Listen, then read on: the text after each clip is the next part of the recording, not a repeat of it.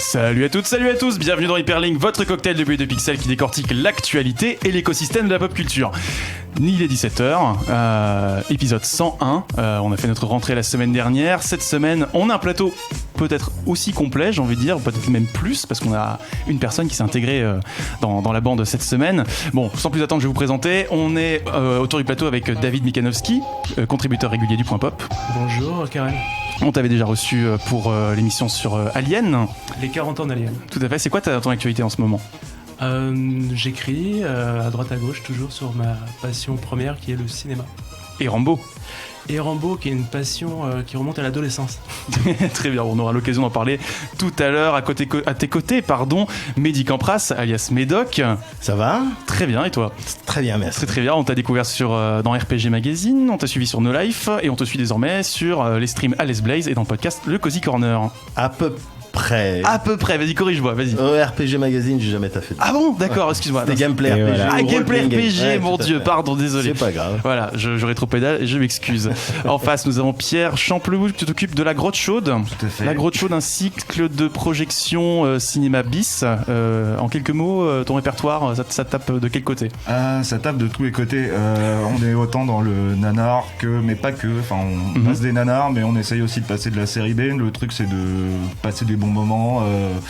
Pas se moquer, regarder des films et trouver ce qu'il y a de bien dans le nanar et le rendre appréciable.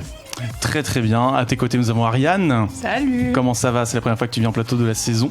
De la saison, ouais, mais tu vois, en très bonne compagnie. En très bonne compagnie avec Charlie. Oui. Tout va bien ? Oui, tout va bien. Fantastique. Je retrouve des têtes connues. Eh oui, ça fait plaisir. Des plateaux avec Ariane, des plateaux avec David, donc me revoilà. Pour un sujet peut-être autrement plus guilleret que le post-apo ou Alien, cette fois. Effectivement. On va s'amuser aujourd'hui un peu plus. Et nous avons Cédric qui rempile. Mais oui, mais je comprends pas ce que je fous là. Moi, tu m'as dit émission 101, je croyais que c'est vrai, 101 Dalmatien. Tu me dis que ça n'a rien à voir, quoi, gars. Non. J'ai que des anecdotes sur les chiens, du coup.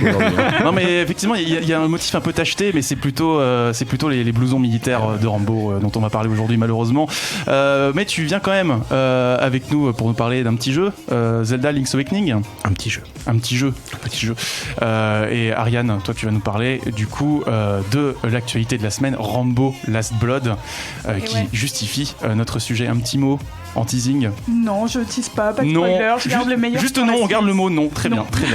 Bon, vous pouvez toujours nous suivre sur les réseaux sociaux, au hashtag HPL sur Twitter, on vous lit. N'hésitez surtout pas à intervenir avec nous sur le chat.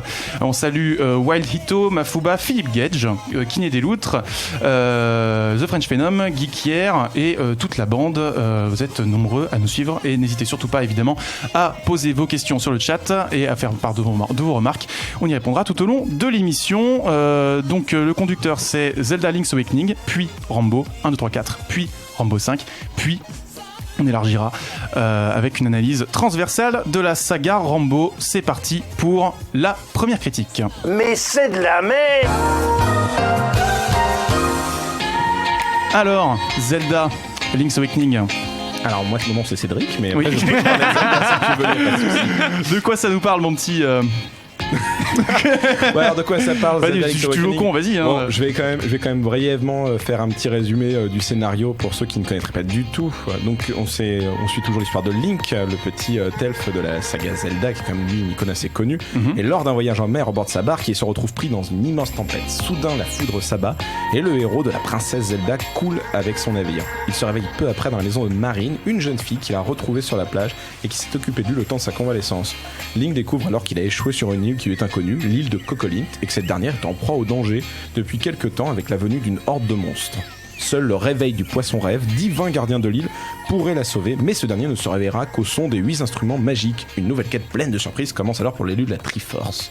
C'est donc un remake Switch du 4e opus de la saga qui était sorti sur Game Boy à l'époque. En 93, tout à fait. Et il a été développé par le studio Grezzo qui s'occupe de la plupart des adaptations des Zelda sur les consoles de salon, par exemple les Ocarina of Time ou Majora's Mask. Console portable. Oui, pardon, pas console portable. Donc ils se font la main effectivement sur pas mal de remakes. Comme tu dis, c'est un jeu remake, plus précisément de la version DX sortie sur Game Boy Color par la suite. Alors après un Breath of the Wild qui venait casser les codes de la série, on se retrouve avec un jeu beaucoup plus fondamental, beaucoup plus à l'ancienne finalement. Est-ce que ce genre de jeu marche encore de nos jours? Alors forcément tout est une question de goût, mais dans l'absolu moi je dirais oui, le jeu il marche encore très bien, il marche même à fond. Déjà le premier truc qui saute aux yeux c'est la DA, la direction artistique elle est magnifique, je trouve. Il y a un mélange plasticine et diorama qui est vraiment du plus bel effet et qui marche vraiment. Et pour tout vous dire, ça accentue le côté conte de fées et c'est tellement presque réaliste que l'amiibo Link qu'ils ont sorti en fait a exactement la tronche avec les mêmes propriétés plastiques que qu'on voit dans le jeu. Donc moi je trouve que ça marche assez bien. En plus, le jeu original, c'était un trop codifier de l'action-aventure, surtout des Zelda. C'est un trop codifier, c'est-à-dire qu'il avait amené des codes qui sont restés très longtemps dans les Zelda, comme la plume de saut, certaines vues à l'horizontale. Et beaucoup de Zelda 2D ont repris des gimmicks de ce jeu-là. Et je trouve que ça reste toujours très plaisant, malgré le fait que Breath of the Wild est passé par là et que forcément, ça a ouvert une nouvelle étendue de possibilités pour cette série. En plus, comme on l'a dit, donc c'est une version, c'est la remake de la version DX. Il lui est très fidèle. Le jeu reprend le même level design et en plus, il a le même choix de couleurs, ce qui n'était pas forcément facile à l'époque parce que ça affichait des couleurs, la Game Boy Color, mais pas autant que de nos jours. Après, il y a en plus une différence sur la physique qui est beaucoup moins rigide qu'à l'époque. Vous pourrez faire des sauts un peu plus ambiés, ce genre de choses. Il y a vraiment des toutes petites subtilités qui rendent le jeu bien plus agréable à jouer que forcément un jeu sorti il y a plus de 20 ans. En plus, ça reste un Zelda classique qui a bien sûr des points faibles, donc une certaine linéarité de nos jours, ça peut être rédhibitoire pour beaucoup de gens, une faible durée de vie aussi, parce qu'on peut compter sur 10 à 15 heures, mais il a aussi beaucoup de points forts, il a une carte très variée, il a 8 donjons, ce qui est quand même toujours assez cool, même si ça reste une base des Zelda, c'est toujours 8 donjons très différents des fois dans l'aspect pour certains. Le 6ème est pas mal, je ne spoil rien. Est-ce qu'on retrouve le donjon des couleurs qu'il y avait dans DX? Toi tu fous un gros spoil, oui, il y a le donjon caché effectivement, mais voilà, vous savez qu'il y a un donjon caché, bravo Karel. Et bon voilà, le charme est toujours là, sauf si on a vraiment une aversion pour les Zelda. Et pour se finir, l'histoire, elle est simple mais elle est charmante, elle a pas mal d'humour, ce qui était très rare à l'époque. Zelda ça se voulait quand même très sérieux et les opus consoles sont restés souvent très sérieux, à part peut-être Wind Waker. Et là il y a une petite référence à des personnages de Nintendo, il y a un tout petit peu de romance, je n'en dis pas plus. Enfin bref, il y a vraiment un charme qui est propre à ce jeu et qui fait bon de revoir des années après. Alors on entend pas mal de retours positifs sur ce remake, en tout cas la plupart des points que tu as mentionnés. Mais pour beaucoup le jeu... Il y a pas mal de gens qui sont déçus par ce jeu au sens où c'est que un remake. Finalement il serait peut-être très fidèle, déjà que le Zelda d'origine était très dirigiste, et qu'au final son seul attrait ce serait sa direction artistique. Alors oui, dans l'absolu, le jeu n'a aucun intérêt autre qu'être un remake, comme tu l'as dit en fait. C'est-à-dire que il permet de redécouvrir un titre qui est culte pour toute une génération de joueurs sans les contraintes de la Game Boy. Alors comme tout remake, il a forcément un petit lot de nouveautés parce qu'il n'y a vraiment aucun intérêt. Et là par exemple, beaucoup de gens ont parlé du problème de framerate, c'est-à-dire que quand on change de zone, le jeu ralentit très légèrement et passe de 60 à 30 fps. Mais ce genre de problème, tu l'avais déjà sur Game Boy à l'époque. Ça, on n'en parlait pas parce qu'on s'en rendait pas compte. Et le jeu, en fait, usait beaucoup du flickering. Ça veut dire qu'il faisait clignoter des surfaces pour justement contrer ce problème. Alors là, ce Zelda-là ne l'a pas fait. Mais ça me semblait un peu lourd que les gens crient au scandale, alors que franchement, c'est quasiment inaperçu. Moi, j'ai eu aucun problème, en tout cas, à jouer.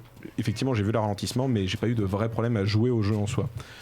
Ensuite, le passage sur Switch, il enlève beaucoup d'éléments de la version Game Boy, mais c'était aussi beaucoup de contraintes. Par exemple, il y avait le changement de zone par split screen, donc la caméra se déplaçait, donc vraiment on avait un déplacement bloc par bloc.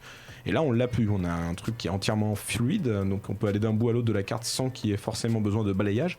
Mais en revanche, les rebords de l'écran ont été légèrement floutés. Et donc pour rappeler un peu ce concept d'être dans des zones, et ça donne un côté un petit peu plus doux, un petit peu plus sympa. Octopath Traveler est passé par là. C'est le même effet que dans Octopath Traveler, on est d'accord, effectivement. Bon. Ensuite, les musiques. Voilà, on va en parler, c'est un jeu Game Boy, les musiques étaient très belles, mais c'était des musiques en 8 bits. Alors là, on a des... Tu parles mieux de Kazumi Totaka, s'il te plaît. Non, mais c'est les mêmes musiques, elles ont été réorchestrées. Alors, en revanche, mais à coup de pas, je me suis pas renseigné si les musiques ont été réorchestrées par lui ou quelqu'un d'autre, mais la réorchestration est vraiment belle et il y a des petits trucs très intéressants comme la montée en puissance du thème principal à certains moments du récit. À partir du moment où vous trouvez l'épée, la musique monte d'un cran dans les instruments, dans la motion et tout ça. Et les musiques plus douces avec des petits solos d'instruments, des petits solos d'harmonica, et non pas des solos d'harmonica joués par Link, vraiment des petits solos dans certaines boucles de musique. D'accord. Et surtout, les animations, elles sont vraiment élevées à un petit rang d'œuvres d'art. Elles n'ont pas un grand intérêt, mais un petit peu comme dans Wind Waker où les yeux de Link se déplaçaient pour montrer des éléments du décor. Là, vous avez par exemple les yeux des monstres qui vous voient, et donc des fois, vous pouvez même faire des petites séquences, vraiment toutes petites, d'infiltration. C'est-à-dire que vous pouvez faire un bruit, Le monstre vous repère qu'il y a du bruit, il essaye de voir dans cette zone, il ne vous voit pas, il retourne à son poste. C'est rigolo 5 minutes, c'est pas incroyable, mais c'est très charmant, surtout que les personnages ont vraiment toutes des très jolies bouilles, même les monstres. On a envie qu'il y ait des amiibo de tous les personnages du jeu, quoi. Et il y a un mode création de donjon, donc ça veut dire que là, vous allez pouvoir, chaque fois que vous visitez un donjon dans le jeu va mémoriser les pièces que vous avez visitées. Quand vous allez voir un personnage, il va vous donner l'accès de reprendre ces petites pièces-là pour créer vos propres donjons de la manière dont vous avez envie, en respectant la logique des donjons. Donc il faut trouver les clés, il faut trouver la grande clé, les cartes et ainsi de suite. C'est pas le truc le plus passionnant en termes de nouveautés, on n'est pas sur un Mario Maker, clairement. C'est très limité dans la construction, c'est rigolo, sans plus, mais c'est très sympathique. Donc en conclusion, malgré une durée de vie très légère, donc 10 à 15 heures comme je vous l'ai dit, pour un prix effectivement un peu élevé de plus de 60€. Un jeu Nintendo. Du Nintendo AAA, exactement, mais bon. Le peu d'ajouts et une impression de déjà vu, rien n'y fait, le charme est toujours là. Véritable conte de fées qui s'anime devant nous, ce remake d'un épisode méconnu du public mais très aimé des fans n'était pas forcément le jeu le plus attendu sur la Switch cette année, mais il a le mérite de proposer une nouvelle vision sur un chef-d'œuvre de la culture vidéoludique. Et si vous trouvez que les jeux sont trop faciles de nos jours, un mode difficile devrait vous redonner les sensations de l'époque. Remonter dans le temps pour les uns et découverte pour les autres, je ne peux que conseiller l'achat de ce nouveau chapitre de La Légende de Zelda. Ça fait toujours plaisir effectivement de voir un épisode important comme ça, mine de rien, ressurgir et être redécouvert, d'autant que c'était un épisode un peu important, en même temps un peu marginal, parce qu'il s'inscrit pas dans le canevas classique de la série où on va sauver la princesse. Toi Mehdi, est-ce que tu y avais joué à l'original? Est-ce que tu as joué au remake? Ni l'un ni l'autre. Ni l'un ni l'autre. Je touche rarement au Zelda, moi. Ouais, c'est pas ma cam, parce que j'ai le sentiment que c'est souvent la même chose. Avec le Breath of the Wild, justement, j'y voyais, alors que auquel j'ai pas touché non plus, mais j'y voyais peut-être une opportunité de peut-être me réconcilier avec la série. Avant celui-là, le dernier auquel j'avais touché, c'était le Wind Waker. Et j'étais pas content. Non, mais il y avait trop, on était dans la mer trop longtemps. J'aime pas la mer déjà. Et je trouvais ça pas intéressant. La DA, j'étais pas spécialement accro. Et même d'une manière générale, Zelda c'est pas mon truc. Donc non, le remake, je vais pas touché. Ah bah dommage, malheureusement. T'étais plutôt Team Mario du coup, j'imagine, chez Nintendo. Alors, mais même pas, non. Même pas, non, mais il y a tellement, il y a un milliard de jeux. En particulier en ce moment, que moi ça va, je suis pas triste de pas allumer ma Switch. Pierre, est-ce que tu joues un petit peu aux jeux vidéo? Est-ce que ce Zelda te fait de l'œil Alors, j'ai joué à l'original, que j'adorais sur ma Game Boy Color, mais je suis une vieille personne et quand je vois la DA, ça me séduit pas du tout, même si c'est soigné, c'est joli. J'ai pas envie déjà, je connais le jeu et puis j'ai pas envie d'y rejouer avec ces petits bonhommes. Moi ça m'attire pas. J'aimais bien l'intro en dessin animé il y en a une intro en dessin animé. Mais ils vont avoir cette tête là. Ah non, pas du tout. Dessin animé. Dessin animé avec des couleurs un peu plus pastel, avec des petits traits, un petit peu. À la limite, va sur YouTube, regarder la cinématique, c'est que ça que tu veux. Oui, je vais en rester là, oui, je pense. Je pense que tu aurais fait partie des gens qui ont levé les deux mains en l'air quand ils ont vu la tête de la cinématique en dessin animé lors de la révélation du jeu et qui ont été du coup hyper refroidis par le style figurine juste derrière. Pourtant, c'est plutôt intéressant, je trouve, comme parti pris, le côté un peu vieux coffre à jouets, un peu désuet. Déjà, ce côté un petit peu rêve, coffre à jouets, comme tu dis, jeu d'enfant. Et surtout, c'est pas la première fois que Nintendo fait ça. Ça fait quelques années qu'ils font des jeux en se développant beaucoup les textures. On pense surtout au Yoshi ou au Kirby, qui essayaient des textures laine, pâte à modeler, craft, enfin, même Paper Mario, ce genre de choses. On peut toujours reconnaître qu'ils essaient d'avoir des DA ingénieuses, quoi. Très bien. Et toi, Ariane, du coup, alors moi, confession, je n'avais pas la Switch jusqu'à très récemment, mais ça fait partie des titres qui m'ont donné envie de craquer, donc j'ai pris la Switch et j'ai pris Zelda, et donc c'est au programme de ma semaine là. Ah oui, donc tu n'y as pas encore touché. Non, j'y ai pas encore touché. Ok, très bien. Moi j'avais pu y toucher un petit peu lors du Nintendo 3. Voilà, c'est le même jeu a priori, donc je n'ai pas menti, c'est le même jeu. Tout pour plaire. Je suis peut-être un petit peu déçu par le fait qu'il y a une maniabilité très rigide, mine de rien, c'est en 8 directions. Tu sais, quelque chose de très. Sur la démo, c'était le cas. Peut-être que dans le jeu final, tu peux faire des tours si t'as envie de faire des tours dans l'air. D'accord, ok. Fais des tours dans l'air. D'accord, très bien. Bon, ils ont corrigé ça, c'est super. Charlie, David, un petit mot avant de. Alors, moi, comme vous le savez, je ne suis absolument pas gamer. Ouais. Je pourrais absolument n'être d'aucune aide sur Zelda. Je suis désolé. Charlie. Je me range derrière David. Très bien. Donc tu as compris tout le poids qui repose sur tes épaules, Mehdi, pour le quiz musical, pour les morceaux jeux vidéo. On va essayer de se débrouiller, on va composer avec ça. Répondre personnage chaque fois, c'est bon. Non, pas cette semaine. Eh oui. On parle musique, on parle pause musicale aussi. On va s'écouter Conscious Thoughts, le morceau s'appelle I Miss You et on se retrouve juste après pour aborder la genèse de la saga Rambo. A tout de suite. De retour dans Hyperlink, votre cocktail de BD de pixels, toujours avec David Mikanowski, toujours avec Médoc, toujours avec Pierre Champlebout, tout à fait. J'aime bien Champlebout. Voilà, j'ai un pote qui a un nom de famille qui ressemble un tout petit peu, c'est pour ça. Voilà, pas de souci. Toujours avec Cédric, toujours avec Ariane, toujours avec Charlie, toujours au grand complet. On salue le chat évidemment. Geekir, Mafouba toujours, Kiné des Loutres, vous êtes là, c'est super. Je propose qu'on se lance sans plus attendre dans le grand sujet de la semaine. Rambo. De toute façon, ça sert à rien de discuter avec toi, t'as toujours raison. Si, ça sert de discuter, c'est toi qui as toujours raison. Alors Rambo, personnage cinématographique, mais personnage littéraire d'abord. Effectivement, alors Rambo, pour les néophytes, c'était d'abord un roman de David Morrell qui s'appelait First Blood, comme le premier film justement. Et donc il a eu l'idée de cette histoire alors qu'il était encore étudiant à l'université de Pennsylvanie et il l'a terminé alors qu'il était jeune professeur, donc cette fois à l'université d'Iowa. Et donc il a eu l'idée de cette histoire en 1968 quand il regardait un journal télévisé qui parlait des deux sujets brûlants de l'actualité qui étaient donc à ce moment-là d'un côté la guerre du Vietnam, forcément avec des images de la guerre du Vietnam, et puis juste après des images en fait d'affrontements dans le pays entre des forces armées et des civils. Et ce qui l'a frappé, c'est justement ce parallèle entre ces deux images, et ça lui a donné du coup l'envie de transposer, de ramener sur le sol américain le conflit vietnamien pour mettre au jour justement l'opposition entre deux Amériques, deux systèmes de valeurs.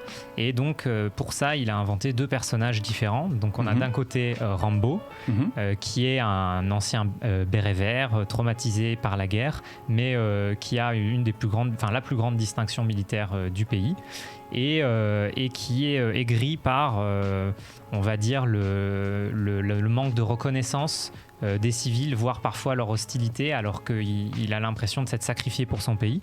Et face à lui, donc lui il représente d'une certaine manière la mauvaise conscience de l'Amérique, et face à lui on a l'establishment qui est représenté par le personnage du chef de police, et qui lui justement va être tout aussi bien intentionné, il va avoir des motivations tout aussi profondes, mais voilà, il va représenter le pendant américain de Rambo. Et ce qui est intéressant, c'est que dans ce livre, justement, on n'a pas vraiment un héros qui se détache, on a vraiment cette opposition entre deux visions de l'Amérique, et le but de David Morrell dans ce roman, c'est vraiment de montrer que de cette confrontation violente ne peut ressortir aucun gagnant, on n'a que des perdants. David ? Oui, je voulais juste ajouter une anecdote. Morrell, donc, est un universitaire qui est d'origine canadienne. Il cherche un nom pour son personnage et il n'arrive pas à le trouver. Et un jour, sa femme achète des pommes. Et donc il croque dans une pomme. Alors, il est au-dessus de sa machine à écrire et il demande, mais elles sont très bonnes, c'est quoi la marque de ces pommes? Et sa femme lui répond, c'est des Rambo. Et il comprend Rimbaud parce qu'en fait lui il a étudié les poètes français, dont Arthur Rimbaud. Et elle dit non, c'est Rambo, Rimbaud, à 2 syllabes près. Il trouve que le nom est cool, il l'adopte et ça va devenir donc le nom de Rambo, John G. Rambo. Ça vient des pommes. Eh oui. Et donc on peut saluer Jacques Chirac qui disait manger les pommes. L'hommage est placé. Rambo, donc Rambo personnage, tu as rappelé plutôt ancré dans quelque chose de dramatique. Pour le film, ça va être quelque chose de très différent. Alors oui, tout à fait.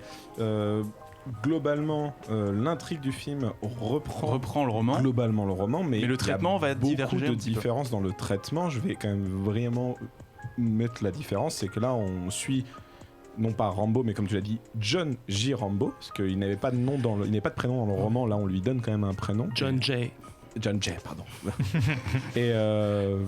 et en plus, pas n'importe quel prénom, parce que John, c'est quand même le prénom le plus commun que tu peux trouver aux States. Donc, pour moi, là, c'est assez évident la raison pour, mais on va en parler après.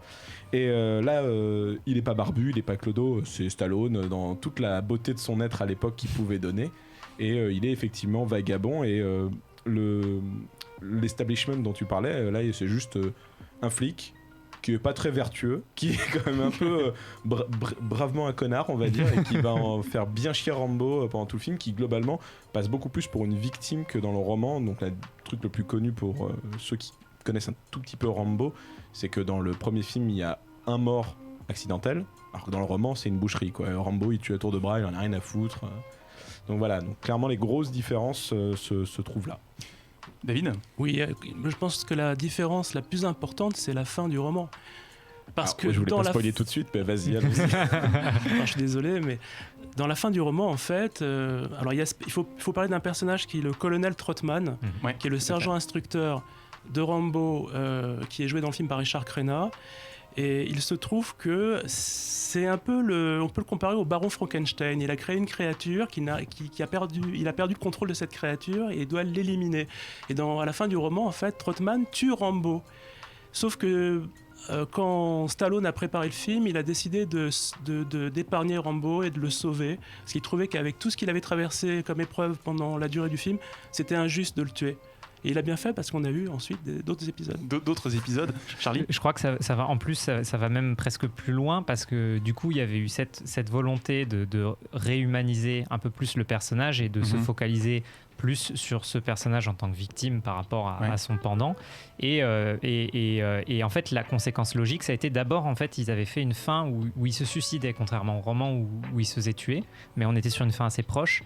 Et en fait, ils ont été tellement loin dans l'identification à ce personnage que lors des projections tests, les spectateurs n'aimaient pas cette fin. Et du coup, c'est pour ça ils ont relancé le tournage pour retourner une fin où cette fois le personnage restait vivant.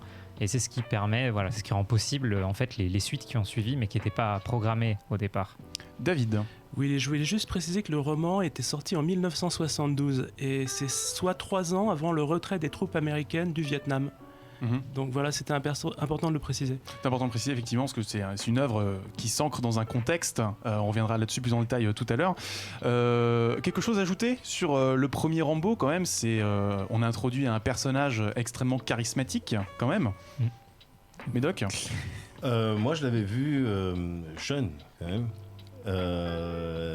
Et j'avais été marqué, mais encore aujourd'hui. Et du coup, je vais redire un petit peu ce que je racontais dans Cozy Corner, mais par une des scènes de fin, la scène de fin où Rambo il s'effondre, il chiale. Je trouve que c'est j'ai vu pas mal de films de Stallone et j'ai vraiment le sentiment que c'est une de ses perfs les plus dingues en VO et en VF. C'est donc chapeau doubleur qui s'appelle Alain Dorval. Voilà, je trouve ça vraiment.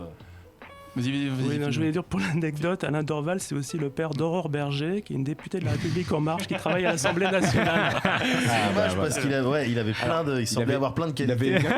Et à titre de correction, il ne semble pas que c'était déjà Alain Dorval dans le premier Rambo, il est arrivé après, il me semble. D'accord. Mais effectivement. Non, cette scène, elle était folle quand il parle de son mec et on devait aller, je sais plus, avoir un ranch ou aller dans un casino, je sais plus quoi. Non, de rouler dans une décapotable et au bout d'un moment, il y a une petite fille qui arrive avec une boîte et après ça explose et il dit elles sont où mes jambes, tes jambes elles sont pas.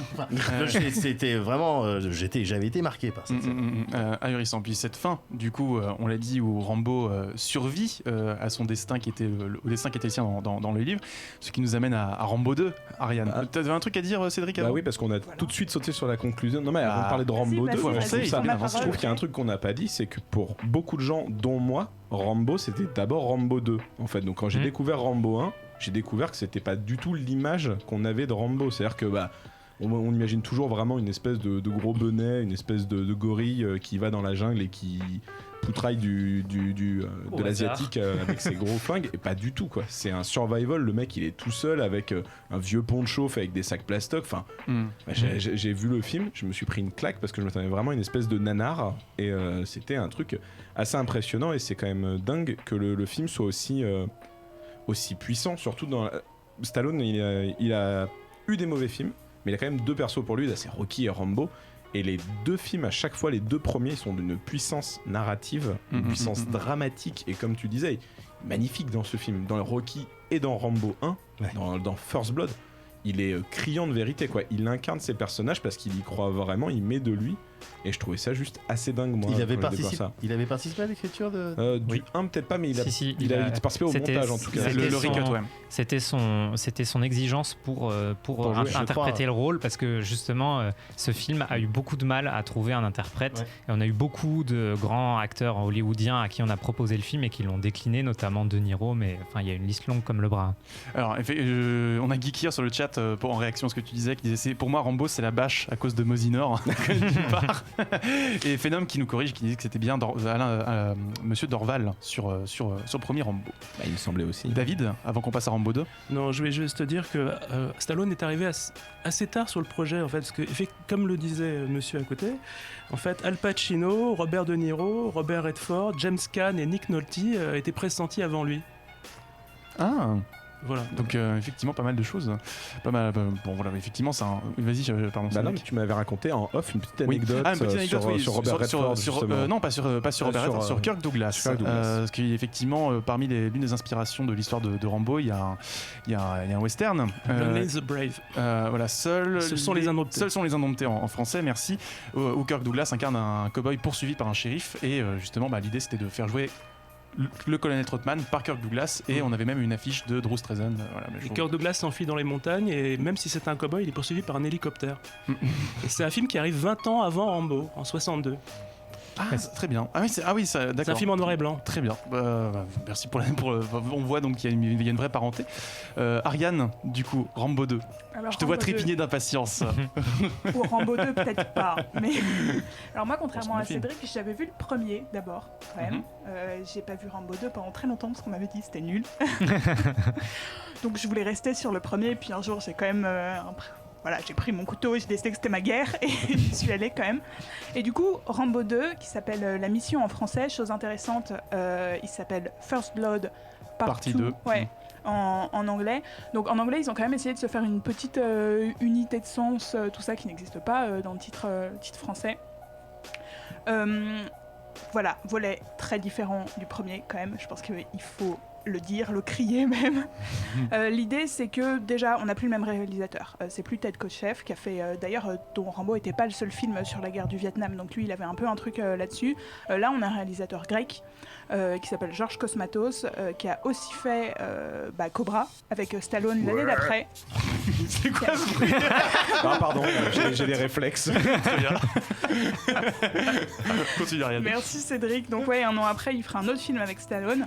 Cette fois-ci, Stallone a bossé sur le scénar. Il a bossé sur les scénars avec Cameron, qui attribue à Stallone tout ce qui est l'aspect politique du film. Voilà, en mode non, stop. C'est Cameron, je suis obligé. David. Oui, ce que je voulais dire, c'est que c'est un choc quand on découvre Rambo 2 3 ans après le premier, parce que on a du mal à le reconnaître. C'est un Rambo très différent. Il a gonflé déjà. Il est 3 fois plus large. C'est ça. Il s'élargit à chaque film. Il porte un bandana rouge autour du front. Il est armé d'un arc et de flèches explosives. Et c'est une sorte de surhomme, d'Ubermensch, quoi. C'est un Rambo gonflé aux hormones. Ouais, on en parlait avec Ariane, qui avait un parallèle assez frappant avec Mad Max, où le premier et le 2 n'ont quasiment rien à voir, et dans l'image collective des gens, les gens retiennent de Mad Max le 2 et les gens retiennent de Rambo l'image du 2, quoi. Le 2 aussi. Le 2 dont du coup le pitch se déroule aussi 3 ans après le premier film. L'idée, c'est que du coup Rambo est en prison. Le colonel Trotman donc vient le chercher en mode mec, il nous reste des prisonniers au Vietnam, il faudrait aller vérifier tout ça. Est-ce que tu veux pas t'y coller ? Rambo s'y colle, sort de prison et retourne donc au Vietnam, histoire d'aller faire sa revanche directement sur le sol vietnamien. Là-bas, il va cette fois lutter contre l'establishment bureaucratique. C'est le personnage de Murdoch qui en fait supervise la mission. Et ce mec-là, donc c'est un bureaucrate. Bon, il lui tire un peu dans les pattes, pas tout à fait littéralement, mais pas loin. Et en fait, ce qui est intéressant, c'est que voilà, on a vraiment une critique de l'administration bureaucrate américaine de ce moment-là, avec l'importance, bien sûr, du retour au Vietnam, avec tout ce film d'exorcisme de la défaite américaine qui se fait directement là-bas. Et d'un côté, Murdoch bureaucrate qui est en mode non, on fait juste des photos, c'est bon, il y croit qu'à moitié, ils s'en foutent en fait d'aller sauver ces mecs-là. Il veut pas aller les sauver surtout. Ouais, grave, il s'en tape. Il abandonne Rambo qui est en mode non, moi alors les gars, c'est une mission de sauvetage, les mecs, je les ramène. Et qui incarne vraiment un héros américain qui n'était pas vraiment dans le premier pour moi. Et effectivement, du coup, gonflé aux hormones, torse nu pendant tout le film, déjà luisant de pluie, de sueur, de tout ça. Et il devient un héros américain qui, comme Cédric le dit, du coup, est resté dans notre imaginaire vachement plus que le personnage du premier. Pierre, est-ce que c'est là que la mythologie Rambo se met en place ? Bah ouais, clairement, c'est de là qu'on découlait, qu'il y a eu la vague de tous ces films qui ont essayé d'être Rambo 2. On parlera plus en détail après. Ouais, alors moi c'est, le 2 et le 3, je les aime pas du tout en fait. Ah non, mais voilà, je les ai vus dans l'ordre. Et j'ai vu le premier, je fais ah putain, quel film. Puis après, j'ai vu le 2, putain, on s'est foutu de ma gueule. Et bon, le 3, voilà. Et ouais, c'est là que ça se met en place, mais c'est pas pour le mieux. C'est un peu comme moi, d'ailleurs, j'ai le même problème avec les Rocky. J'aime bien le premier, j'aime bien Rocky 3, mais c'est parce qu'il y a Mr. T. Et j'aime bien Rocky Balboa. Et c'est un peu, pour moi, pareil, Rambo, il y en a 3 que j'aime bien, et c'est pas le 2 et le 3, ils sont pas dedans. Dans Rocky 4, il y a un robot quand même. Oui, il y a un robot qui fait des pattes. Il y en a 3 que t'aimes bien, c'est-à-dire Rambo 5 dedans. Ouais. Très bien. Il y a matière à débat. On en parlera après. On mentionnait Rambo 3, du coup, Charlie. Je voulais peut-être d'abord, je sais pas si on a le temps, revenir quand même sur, parce qu'on a beaucoup opposé Rambo 1 et 2. Il y a quand même des choses, je trouve, où on reste dans une certaine continuité, surtout dans la première partie du 2, pour être honnête. Après, ça part un peu plus en couille avec des armes de destruction massive, mais la première partie est quand même une partie d'infiltration dans Rambo 2, où il est quand même assez dépourvu en armes, et on retrouve un peu ce côté survivant dans la nature et un peu dépouillé qu'on avait dans le 1, parce qu'il a fallu qu'il improvise les armes pour se défendre face aux flics armés. Alors que à partir de la deuxième partie du 2, il sera à chaque fois assez lourdement armé. Et donc on a vraiment l'archétype de ce qu'on se représente quand on pense à Rambo, quoi, à partir de là. Un dernier mot à ajouter rapidement sur le 2 avant de passer au 3. Allez, ça non, se je disais Mehdi, David, Cédric. De manière générale, alors il y a d'autres points communs, ça c'en est un, mais il y a un autre point commun à tous les Rambo pour le coup. C'est très court, hein, c'est juste que j'ai l'impression dans les souvenirs que à chaque début, il est tranquille, que ce soit en prison, en Thaïlande, toi en train de chasser des trucs ou crafter des conneries. Non mais c'est vrai, il est là et il y a quelqu'un qui vient lui casser les couilles pour qu'il aille faire la bagarre. Voilà, c'est tout. C'est un des points communs. Je sais pas si c'est comme ça pour le. C'est effectivement un élément de la mythologie. J'ai l'impression que celui qui est sorti il y a quelques jours. Non, pas encore. C'est pas la même chose. Il est pas tranquille au début. Non, il est quand même tranquille au début. Je te garantis une critique. Oui, mais on a moins ce côté très découpé. On en parle plus tard. D'accord. Très bien. Charlie, du coup, David, Cédric, si vous aviez un mot à ajouter, c'est maintenant avant de passer au troisième. David ? Oui, non, ce que je voulais dire, c'est qu'on parlait de Rocky, c'est que Rambo déteint aussi ce Rocky, puisque dans Rocky 4, le boxeur doit affronter sur le ring un colosse venu du RSS. Et en l'occurrence, Ivan Drago, qui est joué par Dolph Lundgren. Et donc Rocky devient un double sportif de Rambo. Et il devient politique. Voilà. Effectivement. Cédric ? C'était dans la même période de toute façon. C'est la même année. C'est la même année. En 85. Non, moi je trouvais un truc intéressant, c'est que je l'ai vu très récemment, Rambo 2 pour l'émission. Et pendant des années, on m'a dit il est très réganien, tu verras, vraiment il est ancré dans son époque. Et le film commence et je me suis dit, pas du tout réganien. Ouais. Il se bat contre les institutions en place à l'époque, donc les mecs de Reagan qui essayent de faire oublier un peu le Vietnam. clairement, j'ai pas compris d'ailleurs. C'est que, comme tu dis, il est tranquille, pépouze dans la prison, on le fait pas chier, il fait chier personne. On vient le rechercher, on vient le remettre en conflit. Il se fait trahir en plus. Il se refait trahir, on lui réexplique qu'en gros, ça va bien se passer. Non, ça va pas bien se passer. Et clairement, en fait, je trouve que plein de gens ont dit c'est une trahison du 1, mais même s'il est plus bourrin, même s'il est plus action, il y a la même volonté de dire bon, il y a eu un problème dans cette guerre, c'était pas la guerre du peuple. Et on en subit les conséquences, nous, vétérans, et encore une fois, on me demande à moi, qui ai déjà subi cette merde, de retourner et d'aller chercher les gars. Enfin, je trouvais qu'il y avait un truc très déprimant. Alors après, effectivement, ça part en couille, il y a des bombes, il y a du napalm, il y a des Asiates qui sautent. C'est très bien tout ça. Très mal fait d'ailleurs, j'ai trouvé ça étonnant pour le film. J'ai fait ah d'accord, mais voilà. Non, mais c'est juste pour dire que c'est pas si gagnant que ça. Il dit que quand même, cette fois, on va la gagner la guerre. Tu vois, il y a t'es quand même dans une logique. Le fait est que le personnage, il est endoctriné. On pourra peut-être en reparler plus après, mais c'est un personnage qui est quand même endoctriné dans une mentalité qu'il a perdu, il en souffre. Peut-être que s'il gagne, ça va changer un truc. Spoiler, ça changera rien parce qu'il est fuck à vie, ce mec. Il a peut-être un souci en fait. Oui, bah, clairement pour moi, il y a un délire comme quoi il est fou. Hein, mais... Ouais. Et du coup, est-ce qu'il change dans Rambo 3 ? Eh ben, pas du tout. Alors, donc Rambo 3, pour situer, donc après la fin de Rambo 2, Rambo refuse de retourner aux États-Unis et donc il part dans une sorte de retraite. Une sorte de purgatoire qui s'inflige à lui-même. Donc on le retrouve en Thaïlande, où il vit et il travaille dur dans un monastère. Et donc il vit paisiblement en essayant d'oublier son passé là-bas, mais pas de bol, le colonel Trautmann vient le chercher avec, donc j'ai oublié Griggs, je crois que s'appelle l'homme politique. Le méchant de Robocop. Exactement. Donc ils viennent le chercher et ils lui demandent de partir en mission en Afghanistan où le peuple afghan se fait massacrer par des Russes ou des Soviétiques sanguinaires. Avec marqué les Russes sur le front. Exactement. Et donc, du coup, Rambo refuse parce qu'il est trop travaillé par sa capacité à détruire et il laisse Trautmann aller seul en Afghanistan. Sauf que Trautmann se fait capturer et pour sauver son maître, son père d'adoption, on peut dire, il part en mission suicide pour essayer d'aller l'arracher aux griffes des Russes.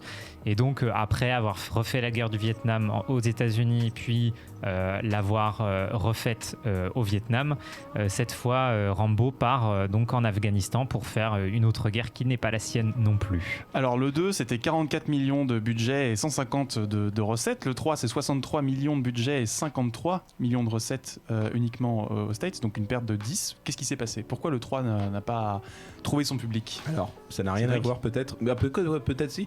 C'est quand même le même pitch que Ace Ventura 2. Alors je sais pas si Ace Ventura 2 a copié Rambo 3. Il est arrivé après. Clairement, il y a un animal qui meurt, il s'en remet pas, il va dans le monastère, on vient le faire chier, c'est la merde. On a besoin de lui. C'est peut-être la même chose. Il n'y a pas eu d'Ace Ventura 3. Donc peut-être que c'est la base qui ne plaît pas. Hein. Dans le monastère, ça ne marche pas. C'est le mouton, c'est la faute du mouton. C'est la faute des moutons. C'est la faute du mouton, effectivement, on en parlait en antenne, il y a une partie de mouton, c'est ça David ? Non, moi j'ai une théorie en fait sur l'insuccès de Rambo 3 qui a tout de même pas trop mal marché. Hein. C'est que autant quand le 2 sort en 85, on est en plein anticommunisme primaire, etc. Et là, il y a l'arrivée de Mikhail Gorbatchev sur la scène politique qui provoque le dégel en fait. Reagan commence à signer des traités de désarmement, il y a la glasnost, la perestroïka. Et quand Rambo 3 sort en France en octobre 1988, un an plus tard, en novembre 1989, c'est la chute du mur de Berlin. Donc j'ai l'impression que pour la première fois, Stallone est à la remorque. Effectivement, peut-être un train de retard, les troupes étaient déjà retirées d'Afghanistan quand le film était sorti, Mehdi ? Alors effectivement, ça sonne pertinent, mais pour expliquer également l'insuccès relatif de Rambo 3, on peut éventuellement évoquer le fait que les gens ont peut-être décroché au moment où il abat un hélicoptère avec un arc. Je pense une flèche explosive. Voilà, les gens. T'amènes un truc qui est vrai, c'est que c'est le plus nanar de tous. Enfin, on peut le dire quand même, il est très ridicule. Et déjà à l'époque, il était un brin j'étais ridicule. Très content. Moi, j'étais le spectacle. Enfin, il y avait de la bagarre. Il me semble que c'est dans celui-là, d'ailleurs, qui prend un peu de poudre de balle, qui se cautérise. Donc, c'est des scènes qui ont marqué, surtout quand t'es enfant. Mais alors même que, je devais avoir, autour de 10 piges, quelque chose comme ça. L'hélicoptère avec l'arc, non, je dis non, là, c'est trop. Je pense que il y a un problème un peu dans ce film quand même de réalisation. Il fait assez cheap en fait, bizarrement au niveau de l'image, et c'est peut-être aussi dû au fait que le réalisateur qui devait s'occuper de ce film a été viré à la dernière minute parce qu'on trouvait qu'il prenait trop de temps pour filmer et qui se concentrait pas assez sur l'action. Et c'est le réalisateur de l'équipe de la deuxième équipe qui en fait qui s'est occupé de la réalisation. Donc déjà dès le départ on voit que dans le contexte de production on n'était pas dans un peu comme X-Men, tu veux dire. C'est Russell Mulcahy qui a été viré. Mais ça n'a pas été le seul changement, je crois, qu'il y a eu plein de changements. Il y a eu plein de changements. Russell Mulcahy, qui est donc un clipper qui a réalisé Razorback et Highlander, a tourné les 2 premières semaines de tournage du film, et il a été effectivement viré par Stallone. Est-ce qu'il subsiste dans le film des plans qu'il a tourné ? Alors il a tourné 2 semaines, ils ont conservé les séquences, et toutes les séquences où Stallone, de nuit, s'infiltre dans la forteresse russe pour délivrer Trotman. Et elles sont très bien montées, ces séquences. Ah bah très bien, effectivement. Donc c'est un film encore une fois un petit peu entre deux eaux. Quelque chose à ajouter sur Rambo 3 avant de passer à John Rambo, étant donné que leur tournant, vas-y David. La parodie incontournable de Hot Shots 2. Ah mais non, on en parle tout à l'heure. On en parle tout à l'heure, mais effectivement c'est important de le dire, c'est que peut-être à partir de ce moment-là que Rambo est devenu un objet de parodie un peu évident. Et je pense que le problème aussi du 3, c'est que le film manque énormément d'humour. Stallone se prend très au sérieux. Et du coup, il est vraiment ridicule par moments. Beaucoup de bons sentiments aussi. On sent qu'il y a une volonté de bien faire qui est très naïve, notamment sur la représentation des Moudjahidines, du peuple afghan, où on essaye vraiment de les représenter comme un peuple fier et le parallèle par rapport à la représentation des Afghans aujourd'hui dans le cinéma avec la suite historique les événements historiques derrière est assez ironique et dénote vraiment du parti pris qui est très fort. Et d'ailleurs, pour la petite anecdote, le film était dédié au départ au peuple afghan. Non, justement, il était dédié aux Moudjahidines.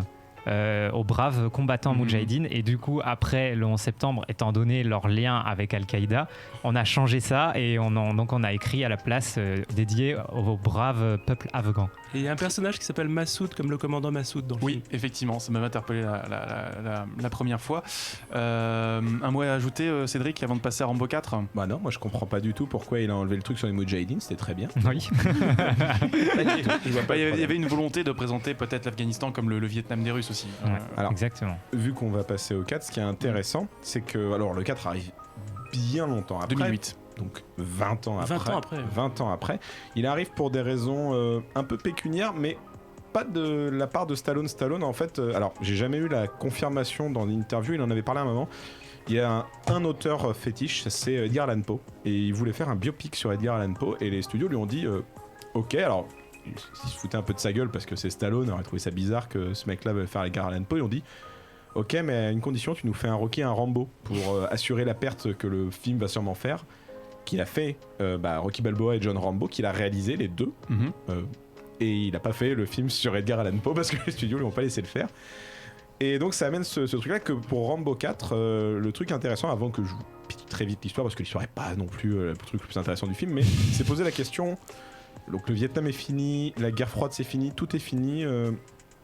Quel conflit existe encore et dont on parle jamais? Et donc il a cherché, en fait, il a demandé à plein de journalistes et de vétérans de guerre, mais quel conflit existe encore sur Terre dont on ne parle jamais? Et on lui dit la Birmanie. La Birmanie, c'est un massacre depuis 20 ans, non-stop, personne n'en parle, les médias n'en parlent pas. Et donc il est allé voir en Birmanie, il est allé voir des vrais gens, il s'est renseigné, il a pris beaucoup d'acteurs du film. Ce ne sont pas des acteurs, ce sont des vrais habitants de petits villages de Birmanie.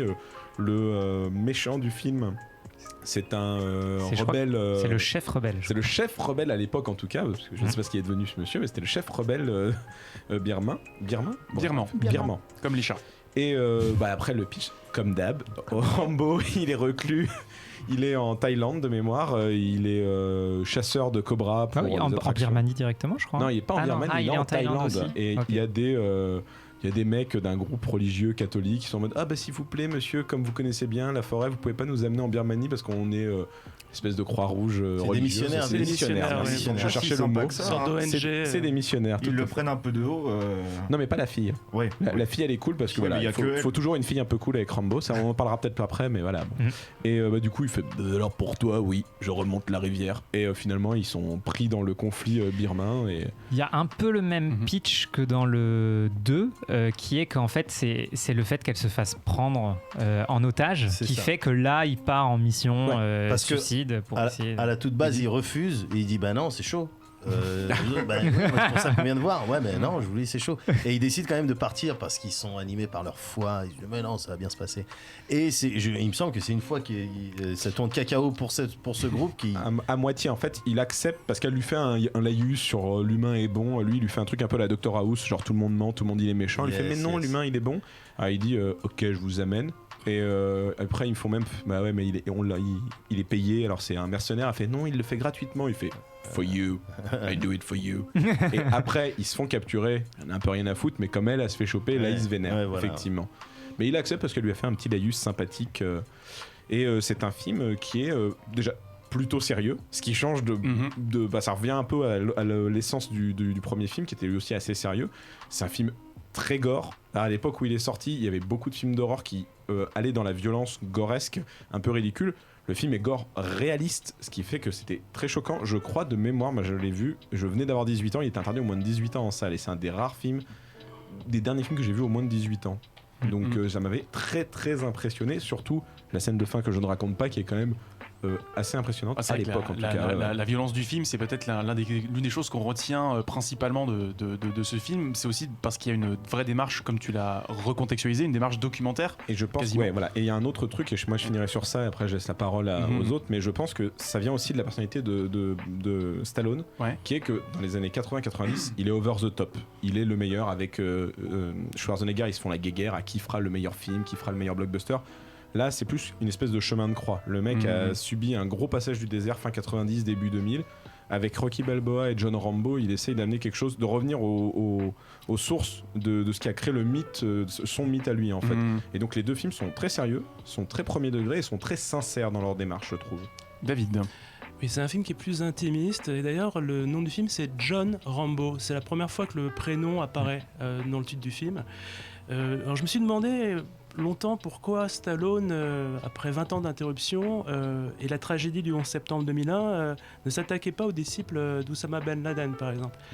Et là, il a préféré effectivement parler d'une guerre civile, qui est une guerre qui est atroce comme toutes les guerres civiles, qui est cette guerre en Birmanie, qui oppose la junte militaire à des rebelles Karen. Et en fait, le film est d'une extrême brutalité. Je pense que c'est sans doute l'épisode le plus terrible. Voilà. Il y a une Gatling qui est retournée à bout portant. Non, c'est une Browning, une Browning M2 Aircraft en fait. C'est un machine gun. Ça démembre, ça coupe en deux les corps. Ouais. Non, mais voilà. Tu aimes les imprimantes 3D, David, ou comment ça se passe? Il y a la mitraillette montée sur la Jeep. Il l'utilise à bout portant sur le conducteur, c'est un mec qui est à la place du conducteur. Je pense qu'il a pensé très fort au final. De La Horde Sauvage, où il y a une terrible fusillade, et William Holden il tient une mitrailleuse, et je pense qu'il la tient de la même manière parce qu'il adore La Horde Sauvage. Très bien. Quelque chose à ajouter autour de John Rambo, Médoc? Moi j'ai adoré la bagarre principalement. Non mais encore une fois cette scène, quand il cartonne pendant longtemps, tout un tas de méchants qui courent comme ça sur les plaines et papa ils se font littéralement découper physiquement découpés par John Rambo qui est là qui est là pendant longtemps. Et j'aime bien. C'est vrai qu'il y a quelque chose d'extrêmement viscéral dans ce film. Pierre? Je l'ai revu il y a pas longtemps, j'avais oublié à quel point il était gore. Je me rappelle, j'avais été à l'avant-première et Stallone était là, c'était trop bien. Sauf qu'il a parlé environ 1 minute. Il est venu, il a dit c'est un peu comme avant les matchs du Super Bowl, on n'aime pas trop que les gens y parlent avant. Alors juste c'est mon film, mais c'est pas juste un Rambo, ça dénonce des trucs aussi. Il a juste dit ça. Et il s'est barré, je me suis dit ah ouais, en le revoyant, à l'époque, je m'étais juste dit putain, c'est trop la bagarre de ouf et c'est trop bien et il y a du sang partout, mais c'est vrai que c'est peut-être le plus politique des Rambo qu'il a fait. Et d'ailleurs, je sais pas si vous avez vu cette anecdote, mais les rebelles là-bas, ils ont adopté la phrase qu'il dit dans le film. Live for nothing, live for nothing or die for something. C'est ça. Tu vis pour rien ou tu meurs pour quelque chose. Exactement. Et du coup, le film, il est interdit là-bas. Il circule en bootleg du marché. Sous le manteau. Sous le manteau. Ah, intéressant. Très intéressant. David, avant de donner la parole à Charlie. Juste une phrase. Je voulais juste dire que le colonel Samuel Trotman ne revient pas dans cet épisode puisque l'acteur Richard Crenna est mort en 2003. Aïe.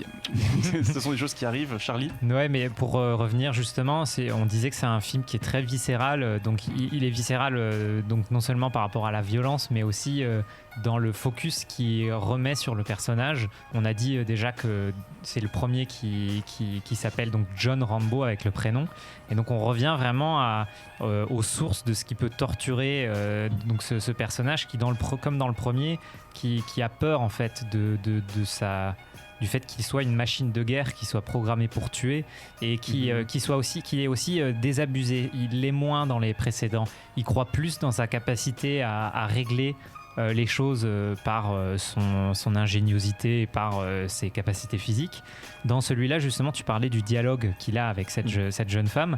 Le centre du dialogue, c'est justement est-ce que des personnes individuelles sont capables de changer quelque chose à leur échelle. Et justement, tout le film, c'est sa trajectoire de reconquête de son pouvoir à changer les choses à lui tout seul.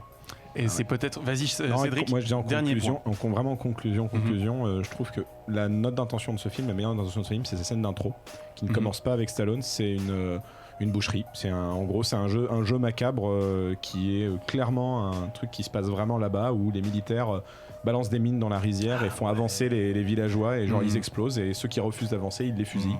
Et voilà. Et donc ça annonce tout de suite la couleur de tout le film et la note d'intention de ce que le film veut te donner. Tu parlais, pardon, je suis désolé David, il faut vraiment qu'on avance.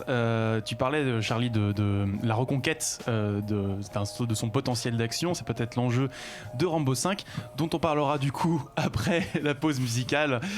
Si vous le voulez bien, on va s'écouter la chanson principale de Rambo, évidemment, It's a Long Road, interprétée par Dan Hill. À tout de suite. De retour dans Hyperlink, votre cocktail de BD Pixel, toujours au grand complet. On a bien pris le temps de présenter la saga Rambo. Je propose qu'on se lance à corps perdu, n'est-ce pas, dans ce 5e épisode avec toi, Ariane. Du coup, j'ai envie de dire c'est reparti pour les critiques. Mais c'est de la merde! On l'a 2 fois cette fois dans la même émission, ce jingle, je l'adore. Du coup, j'ai envie de dire, Rambo 5, de quoi ça parle, Ariane ? Alors, Rambo 5, le pitch, c'est donc un Rambo qui est revenu aux États-Unis. Il se fait sa petite vie posée, tranquille, dans son ranch, avec ses chevaux, tout ça. Il a une nouvelle famille. Voilà. Ouais. Il vit avec sa domestique mexicaine, Maria, et la petite fille de celle-ci, qui s'appelle Gabrielle. Et ils font leur petit truc tranquille. Il a contribué à élever Gabrielle pendant 10 ans, donc c'est un peu sa fille adoptive. Et en fait, Gabrielle va au Mexique pour essayer de retrouver son père. Manque de bol, elle disparaît. Rambo passe donc la frontière, comme si de rien n'était, et se la joue Taken au Mexique pour essayer de retrouver la gamine. Ça c'est l'histoire. Je raconte juste pour l'anecdote, avant de rentrer sur ma critique, que c'est un film qui est tellement critiqué en ce moment, qu'il a été critiqué par l'auteur de First Blood lui-même, David Morrell, qui a posté sur Twitter tout simplement que le film était nul. Il était embarrassé. Et il a regretté que son nom il soit carrément associé, tu vois. Comme tu le dis, effectivement, dans l'ensemble, le film quand même concentre pas mal de critiques. Du coup, est-ce que c'est un échec total ?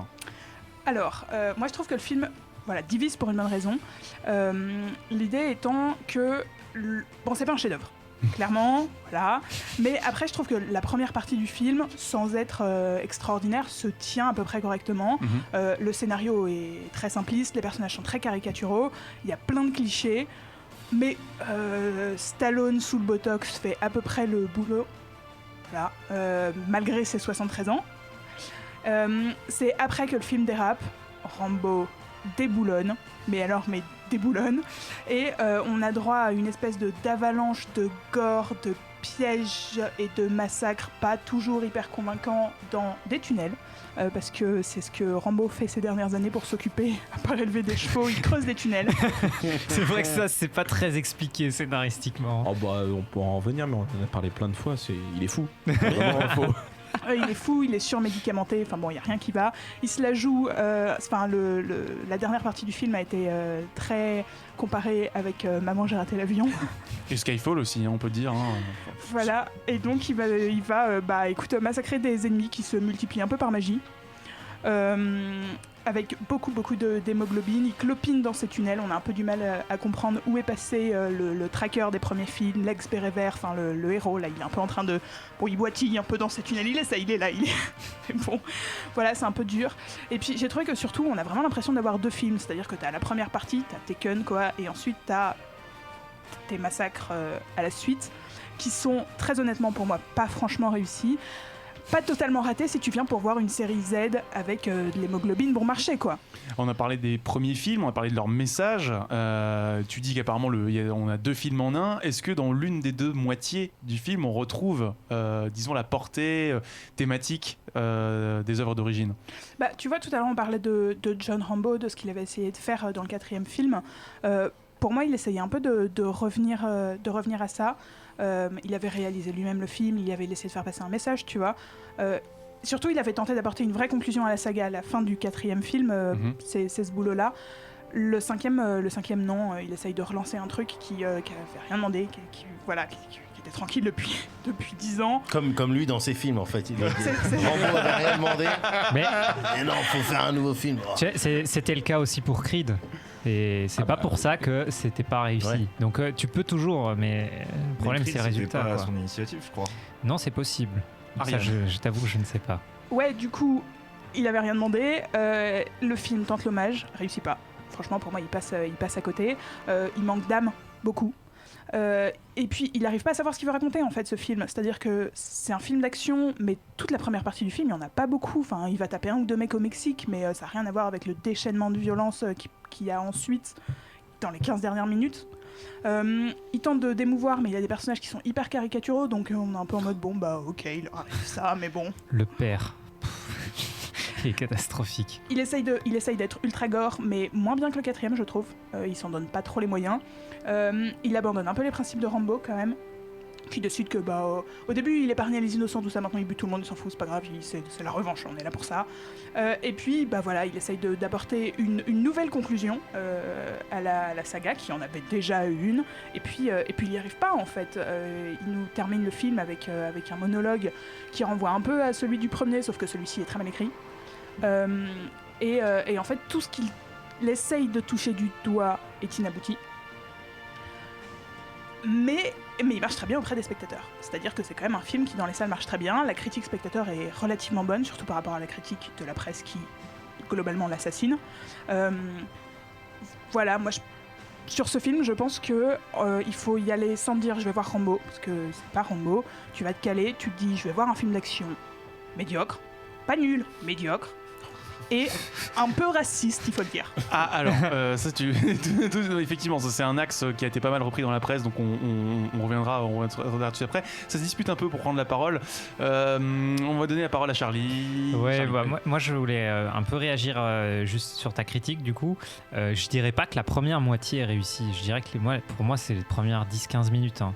Parce qu'au début, effectivement, je savais que le film s'était fait assassiner. Je me suis dit, tiens, c'est pas trop mal, c'est simple, mais je trouve que Sylvester Stallone à lui tout seul, avec un scénario médiocre voire moyen et une mise en scène médiocre, ça l'aurait fait, parce que il a vraiment une présence, il incarne un truc très fort, je trouve, dès qu'on le voit à l'écran. Mais je trouve que alors c'est catastrophique à plein de niveaux. Il y a des dialogues, moi je comprends pas comment c'est possible après un aussi long développement, d'avoir des dialogues aussi bancals. Et puis surtout, on parlait du côté action, gore et tout ça, je trouve que vraiment les effets spéciaux numériques, c'est une catastrophe, quoi. Si on veut faire du gore, qu'on le fasse, qu'on ait du latex, du sang, mais alors voir les têtes qui se font découper de manière numérique, enfin ça se voit, c'est moche, Et ça enlève vraiment quelque chose, ça désincarne totalement l'action et l'histoire. Et moi, je comprends pas. Alors, je sais pas si c'est pour des raisons budgétaires ou parce que c'est plus facile à mettre en scène que de faire vraiment des vrais effets spéciaux, mais je trouve ça vraiment raté, quoi. Cédric. Déjà budgétaire, ça je peux clairement te le dire. C'est pas un film qui a coûté très cher et il a été très difficile de le produire. Tu dis que le temps de développement est très long. Pas tant que ça en fait. Il y a un truc intéressant, c'est-à-dire que les journalistes aiment bien dire Morel a chié sur le film, il a dit qu'il avait honte d'être associé à ça. Ce que les gens ne disent pas en revanche, c'est qu'au début, il avait commencé à écrire avec Stallone un scénario de Rocky 5 où il devait se battre contre plein de trucs. Enfin, voilà, il y a plein d'idées. Rambo 5. J'ai dit Rocky Rambo. Tu vois, comme quoi ça se mélange un peu. Et il n'y a pas eu de nouvelles parce que le truc est parti au point mort. Et un jour, Morel a découvert un peu par hasard qu'un 5 se faisait sans lui. Donc je pense aussi qu'il l'a un peu vénère. Parce que rappelons-nous que Morel, il a quand même écrit les novelisations du Rambo 2 et 3 qu'il a validé. Donc c'est gentil de dire je suis embarrassé du 5, mais ils sont embarrassés des autres aussi, du coup, à ce moment-là. Non, mais ça m'énerve cette hypocrisie de juste parce qu'on l'a pas choisi. Mais donc, bon. Après, c'est particulièrement, moi je trouve mauvais. Alors, il y a vraiment un côté série B, voire Z par moment, je suis d'accord. Je suis complètement d'accord avec toi qu'on peut enlever l'aspect Rambo. Clairement, le film pourrait se voir sans penser à John Rambo. En revanche, je trouve qu'il y a des idées de fond, même si elles sont pas concrétisées, qui marchent plutôt pas mal. Et il y a un truc intéressant, c'est que le 4 finissait effectivement sur je rentre au pays, je rentre au ranch familial. Et donc le 5 reprend 10 ans plus tard, il mène une vie.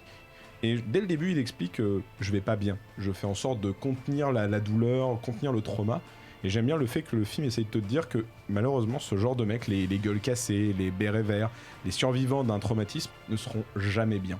Ils portent en eux à vie le truc. Et que même s'ils essayent de guérir, la société les ramènera toujours à cet état primal de violence. Et donc tu dis je comprends pas parce qu'au début, il en tue un ou deux et à la fin, c'est la boucherie. Mais c'était déjà le cas dans le 2. Ce que j'ai compris, c'est plus ou moins le cas dans le 3. Le 4 c'est pareil, au début il fait rien, à la fin c'est l'hécatombe. C'est toujours le même concept de quasiment tous les films Rambo. C'est comme disait Médoc, un mec qui demande rien à personne. Il a voulu servir son pays du mieux qu'il pouvait. Il le dit dans le 2, j'aime mon pays, je l'ai aimé au point de tout perdre pour lui. Et le pays ne lui a jamais rendu. Et maintenant, c'est le monde qui ne lui rend pas, quoi. Clairement, le seul petit truc qu'il avait pour lui, c'est ce ranch. Et on vient le faire chier, même dans son putain de ranch où il creuse des petits tunnels pour se faire plaisir. Il fait en sorte qu'on vienne l'y faire chier. Plus oui, que, mais enfin voilà, pour moi, l'idée était là. Alors, je dis pas que c'est bien exécuté. J'ai juste dit, en voyant le film, je fais ok, je capte la logique derrière ce truc-là. Je ne pense pas que ça soit très réussi. Stallone est peut-être un peu pour. Voilà, mais. C'est pas non plus honteux si tu essaies de voir la psychologie et l'évolution d'un personnage tel qu'il est en fait. Alors David, tu disais qu'aucun sacrifice n'est trop grand pour Hyperlink, tu as vu le film ? En fait, j'allais voir le film avec beaucoup d'a priori parce que les réseaux sociaux, etc. Le film s'est fait assassiner. Et quand j'ai vu le film, franchement, j'étais plutôt étonné parce que je m'attendais vraiment à bien pire. Je trouve c'est un film qui est intéressant, c'est un grand film malade, mais qui est fascinant. Et d'ailleurs, c'est la première fois qu'on voit Stallone pleurer depuis le premier volet. C'est aussi la première fois qu'il se bat sur son propre sol depuis le premier volet. Même s'il fait une escale au Mexique qui est limitrophe. Et en fait, le visage de Stallone, il est botoxé, d'accord, il a plus d'expression. Il ressemble de plus en plus à sa marionnette des Guignols. C'est Monsieur Sylvestre, la World Company. Mais malgré tout, il y a une émotion, je trouve. Après, c'est au ressenti de chacun. Et c'est un film qui a des qualités malgré tout. Je le trouve absolument pas raciste pour ma part. Moi non plus. Parce qu'il y a des bons et des mauvais Mexicains. Il y en a des sympas. J'ai entendu cette formule dans un discours de travail. Me semble-t-il. Non, mais ce que je veux dire, c'est que sa gouvernante, qui est mexicaine, il a une très bonne relation avec elle. Sa fille adoptive, il la considère comme sa propre fille. Il y a un personnage de journaliste qui est joué par Paz Vega, une journaliste mexicaine, qui est aussi qui est très bien comme personnage positif. C'est pas du tout assez développé. Il n'est pas développé, mais pas pour autant qu'il est mauvais. C'est juste ça. Non, le personnage est pas mauvais, mais on passe à côté de ce qu'il pourrait être, quoi. Mais ça s'appelle pas Bas Vegas, ça s'appelle Rambo. Je veux pas voir Bas Vegas, je veux voir Rambo tuer des gens. Et voilà, moi personnellement, je trouve que le film a un intérêt et on parle de scènes gore tournées, qui ont été conçues en numérique, etc. Mais je vous signale que dans John Rambo, l'épisode précédent, toutes les séquences gore du film sont faites en numérique également. C'est-à-dire que quand on parlait des gens tranchés en deux, etc., c'était des jets de sang numériques également. Donc voilà, pas plus ni moins. Pierre, Médoc. J'ai pas vu, moi, le film. Ah, tu l'as pas vu? Non. Est-ce que t'es hypé après avoir vu les images et entendu tout ce qu'on a dit? Je le verrai de toute manière, peut-être pas au cinéma, à la maison, mais je le verrai, ouais. Pierre? Moi j'ai kiffé. En fait, je m'attendais pas à grand chose.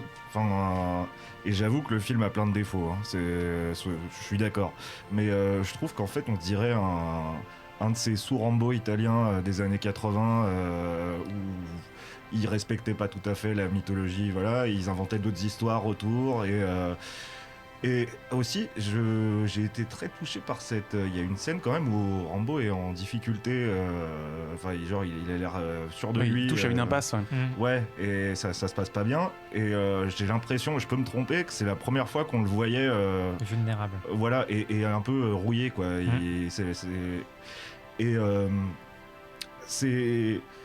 J'ai beaucoup aimé aussi la séquence du début, en fait, quand ça démarre et qu'on se prend tout ça dans la gueule. Après, c'est vrai, je suis d'accord, les effets spéciaux, c'est pas la folie. Après, c'est vrai aussi que je trouve pas que le film soit raciste non plus. Et par contre, je regrette aussi qu'elle soit pas développée, cette journaliste, parce que j'espérais que ça puisse nous introduire un petit spin-off à la Creed avec une meuf qui pète des gueules. Mais ouais, le film est malade, mais pour moi, c'est pas une conclusion en fait. La conclusion, effectivement, est déjà venue avec John Rambo. Là, on a l'épilogue en fait.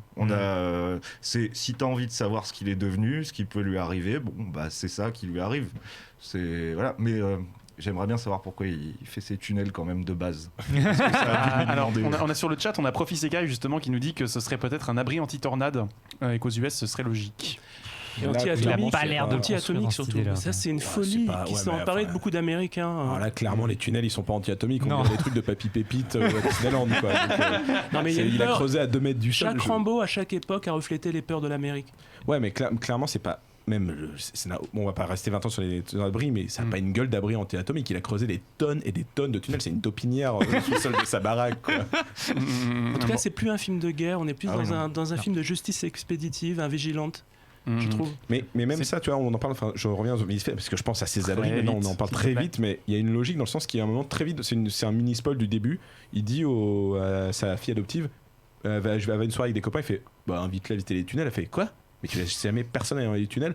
Et je me dis, clairement, moi je pense qu'il y a un délire sur le fait que ce mec est vraiment traumatisé, mais dans le sens fou. Il a besoin de se sentir. Il peut se sentir en sécurité que dans la terre, dans les trucs sales. Il a besoin d'être enfoui. Il y a un truc psychologique. Je dis pas que c'est réussi une fois de plus, mais je trouve que vraiment le film se tient dans le sens que serait devenu ce personnage une fois rentré au pays. Est-ce qu'il peut vraiment être sain? Parce que la fin du cadre, c'est une conclusion. C'est une conclusion très positive.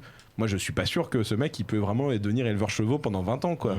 On a Philippe Guetch sur le chat qui nous dit: mais non les gars, il y a une symbolique freudienne évidente dans ces tunnels. Rambo va mal, il plonge au cœur de son ça et de sa psyché malade. Ça va dans le sens d'une certaine manière de ce que dit Cédric. Je suis assez d'accord. Pour le coup, je me retranche derrière toi. Moi, je l'ai juste pas dit avec des mots super cool et voilà. Il te regarde. Je vous laisserai vous expliquer après l'émission. Je propose on va arrêter d'épiloguer. Hein, le terme était bien choisi sur Rambo 5 pour passer au grand débat sur la saga. Cette fois-ci, on va vraiment se plonger dans les entrailles de ce que cette saga nous raconte. Et pour lancer ça, je me suis rendu à la nuit Nanarland avec toi. Cédric, et on a pu rencontrer Stéphane Boulet, on rappelle alias Papa du Caplegging Baby, tout à fait, qu'on peut retrouver sur Gamecult, qu'on peut retrouver dans le Robotics podcast Univers Super Ciné Battle, et également son livre consacré à John Carpenter chez Sœur d'édition. Donc c'est un grand fan de Rambo dans l'éternel, et on lui a posé quelques questions à ce sujet. Stéphane Boulet, bonjour. Bonjour. Rambo 2 est-il une trahison ou une suite logique ? Alors je pense que la réponse est peut-être entre les deux, puisque dans le fait que c'est une suite logique, parce que si on regarde bien quand même le propos du premier Rambo, c'est en fait prendre Taxi Driver mais avec un angle différent, puisque Taxi Driver c'est la même histoire de base, l'histoire d'un vétéran du Vietnam qui est rejeté par la société et qui à un moment donné a une réaction épidermique à cette société qui se traduit par un déferlement de violence mais qui n'est pas dans les mêmes proportions ni avec les mêmes finalités. La différence c'est que Taxi Driver nous montre que finalement l'Amérique produit des monstres et aime porter au nu des monstres, alors que Rambo nous montre que finalement c'est une erreur d'avoir laissé les vétérans à l'abandon en fait. Donc quelque part, le premier Rambo est déjà un film patriotique en soi, et le fait que Rambo 2 reprenne cet élan patriotique est finalement assez logique. Par contre, effectivement, la partie trahison, c'est dans cette idée de on va gagner cette guerre qu'on a quand même perdue, qui finalement contredit justement le premier Rambo, où l'essence même du personnage et la raison d'être du film, c'est que justement cette guerre était perdue et que c'était ce traumatisme-là que l'Amérique ne voulait pas voir en face. Comment mesure-t-on l'impact de Rambo sur le cinéma américain ? Je pense que c'est assez simple, c'est-à-dire que Rambo, donc un film de 1982, c'est le film qui pour moi a donné naissance au cinéma d'action hollywoodien moderne en fait. Donc le blockbuster est né avec Les Dents de la Mer de Spielberg, et il y avait déjà des films d'action avant, enfin les Dirty Harry ont largement versé par exemple dans cette veine-là, mais c'est avec Rambo que a démarré vraiment les années 80 au sens du film d'action, qui a commencé à s'enclencher cette espèce de machine de testostérone où justement on retournait sur des héros qui étaient musclés, qui étaient virils, même si c'était pas le sens du premier Rambo. Il y avait déjà ça dans le film, dans le sens où la naissance du héros américain, du rêve américain, Stallone le portait en lui depuis Rocky. Donc dans Rocky, il y avait déjà la naissance de ce héros américain des temps modernes, enfin en tout cas moderne pour les années 80, du héros américain victorieux, de cette Amérique victorieuse. La différence, c'est que Rambo a apporté un contexte qui était différent, c'est-à-dire qu'on sortait d'une histoire plausible pour entrer dans une sorte de fantasme malgré tout, puisque Rambo, au-delà du traumatisme du Vietnam que revit le personnage, il y a cette idée que c'est un personnage entraîné à tuer et il est parfait pour le faire, et c'est finalement ça qui va donner naissance à tous les films d'action qui vont suivre, et que Schwarzenegger d'ailleurs va aussi se poursuivre dans la foulée. Predator, à bien des égards, est une réponse au Rambo de Stallone. Est-ce qu'on peut dire que Rambo est l'année zéro du cinéma reaganien ? Je pense qu'effectivement c'est l'année zéro du cinéma reaganien, au moins en termes c'est évidemment pas le premier film à tenter la brèche, mais en tout cas c'est vraiment celui qui va montrer que la formule marche, plaît, et qu'elle peut être réutilisée et reproduite et déclinée de plein de façons différentes. Et effectivement, comme j'ai dit, c'est le début du cinéma d'action hyper musclé des années 80, et ce cinéma d'action va se révéler extrêmement compatible avec les années Reagan, quoi. De retour en plateau, donc année zéro du coup du cinéma reaganien. Est-ce que c'est vraiment le cas ? Charlie, Cédric, vu que tu t'es fait beau pendant mais Magneto. Oui, t'as dit qu'il fallait se déguiser au début. Moi, j'ai compris ça tout seul. Ah bon, très bien. J'étais le seul à comprendre ça. D'ailleurs, tu parlais de Nanarland. Cette superbe cravate appartient au directeur de la Cinémathèque. Si, je l'ai gagnée à la nuit Nanarland. C'est une cravate de Monsieur Rogier. Voilà. Moi, j'ai plus rien à dire. Année zéro de l'année Reagan. Oui. Année zéro du cinéma reaganien ou pas ? Moi je l'ai dit un peu tout à l'heure, en tout cas Rambo 2 non, je trouve pas complètement, je vois en fait le délire patriotique, mais clairement je vois que le personnage il est pas spécialement pour son pays, enfin il est là pour sauver les vétérans oubliés, donc je trouve pas ça très réganien dans l'absolu quoi. David ? Non, je sais pas si Rambo est réganien, mais Reagan adore Rambo en tout cas, parce qu'il a déclaré dans un discours: si des Iraniens devaient prendre en otage d'autres Américains, je saurais maintenant à qui faire appel. Ouais, Reagan il aime aussi Retour à le futur, il aime tous les trucs qui lui font plaisir quoi. En tout cas, quand Rambo 2 sort, les Américains ils veulent plus d'anti-héros. Ils veulent des winners, quoi. Ils veulent des héros bodybuildés, musclés. Et quand on se penche sur les chiffres, les résultats du box-office, c'est très clair. En 85, Rambo 2 et Rocky 4 avec Stallone sont les deuxième et troisième plus grands succès de l'année aux États-Unis, derrière Retour à le futur. Et si on prend l'année 86, le film qui arrive en tête, c'est Top Gun avec Tom Cruise. Donc franchement, c'est clair, quoi. Moi, je pense que les films, en tout cas les premiers, ne sont pas réganiens au sens géopolitique, parce que comme le disait Cédric, d'une certaine manière, il va pas faire la guerre que veut Reagan ou que veulent les États-Unis à ce moment-là. C'est même le contraire. Mais par contre, où il peut être réganien, et ce pourquoi je pense que Reagan l'apprécie, c'est plus au niveau idéologique. Il y a toute cette idée déjà très individualiste d'une personne qui va réussir à se battre et à gagner des conflits plus larges à lui tout seul. Donc il y a vraiment cette idée de l'homme, de l'individu qui réussit à battre donc d'un côté donc une société qui est contre lui, de l'autre côté donc les bureaucrates qui refusent d'y aller, puis ensuite l'URSS à lui tout seul. Donc comme tu disais, il y a ce côté bodybuildé, même aux hormones, quoi, gonflé aux hormones. Un côté un peu libertarien aussi peut-être. Exactement, ouais, parce que justement qui ne se conforme pas aux institutions qui sont vues de manière assez classique par la droite américaine comme dangereuses et comme pouvant oppresser les individus. Et justement dans les Rambo, à chaque fois c'est les individus qui prennent les bonnes décisions et qui réussissent à faire les bonnes choses, alors que les institutions les poussent à aller dans le mauvais sens. Moi je trouve qu'il y avait un truc aussi, c'est un peu ce que disait Mehdi tout à l'heure, c'est clairement il y a la bagarre, quoi. Non mais dans les années 80 les gens ils aiment la bagarre. Et il y a ce truc, tu regardes le nombre de films, et pas que Rambo ou Rocky, il y a plein de films où clairement le but primal c'est de voir un mec défenestrer d'autres gars, quoi. Clairement. Défenestrer, c'est spécifique. Ouais, parce qu'il y a des trucs que j'aime bien, la défenestration. Mais...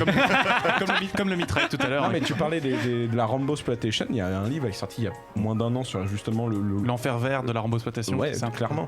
Moi, je pense à un film comme Ultime Combat, qui est un nanar absolu, où c'est un mec tout seul. Pareil que Rambo, il fait pas chier, il vit sa vie en Californie avec son petit short moulant, très années 80, ça aussi, on oubliera peut-être.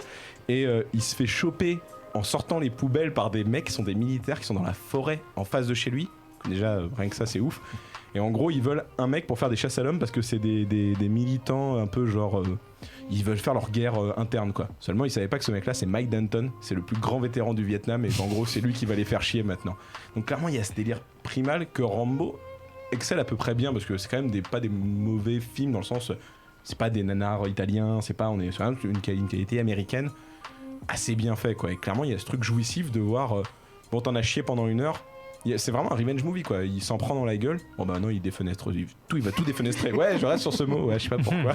Est-ce qu'on peut juste justifier, enfin, est-ce que ça ne tient que à ce pur plaisir de spectateur, c'est le fait que la Rambo Exploitation soit devenue une espèce de matrice pour le cinéma bis? Ah bah ça oui, moi je pense. Pierre? Ouais, je suis assez d'accord, les gens aimaient la bagarre, on leur a donné la bagarre, quoi. C'est aussi simple que ça marchait, on l'a fait avec Chuck Norris, on l'a fait avec d'autres, c'est la bagarre, c'est juste ça, hein. C'est la bagarre. Braddock, Médoc, c'est du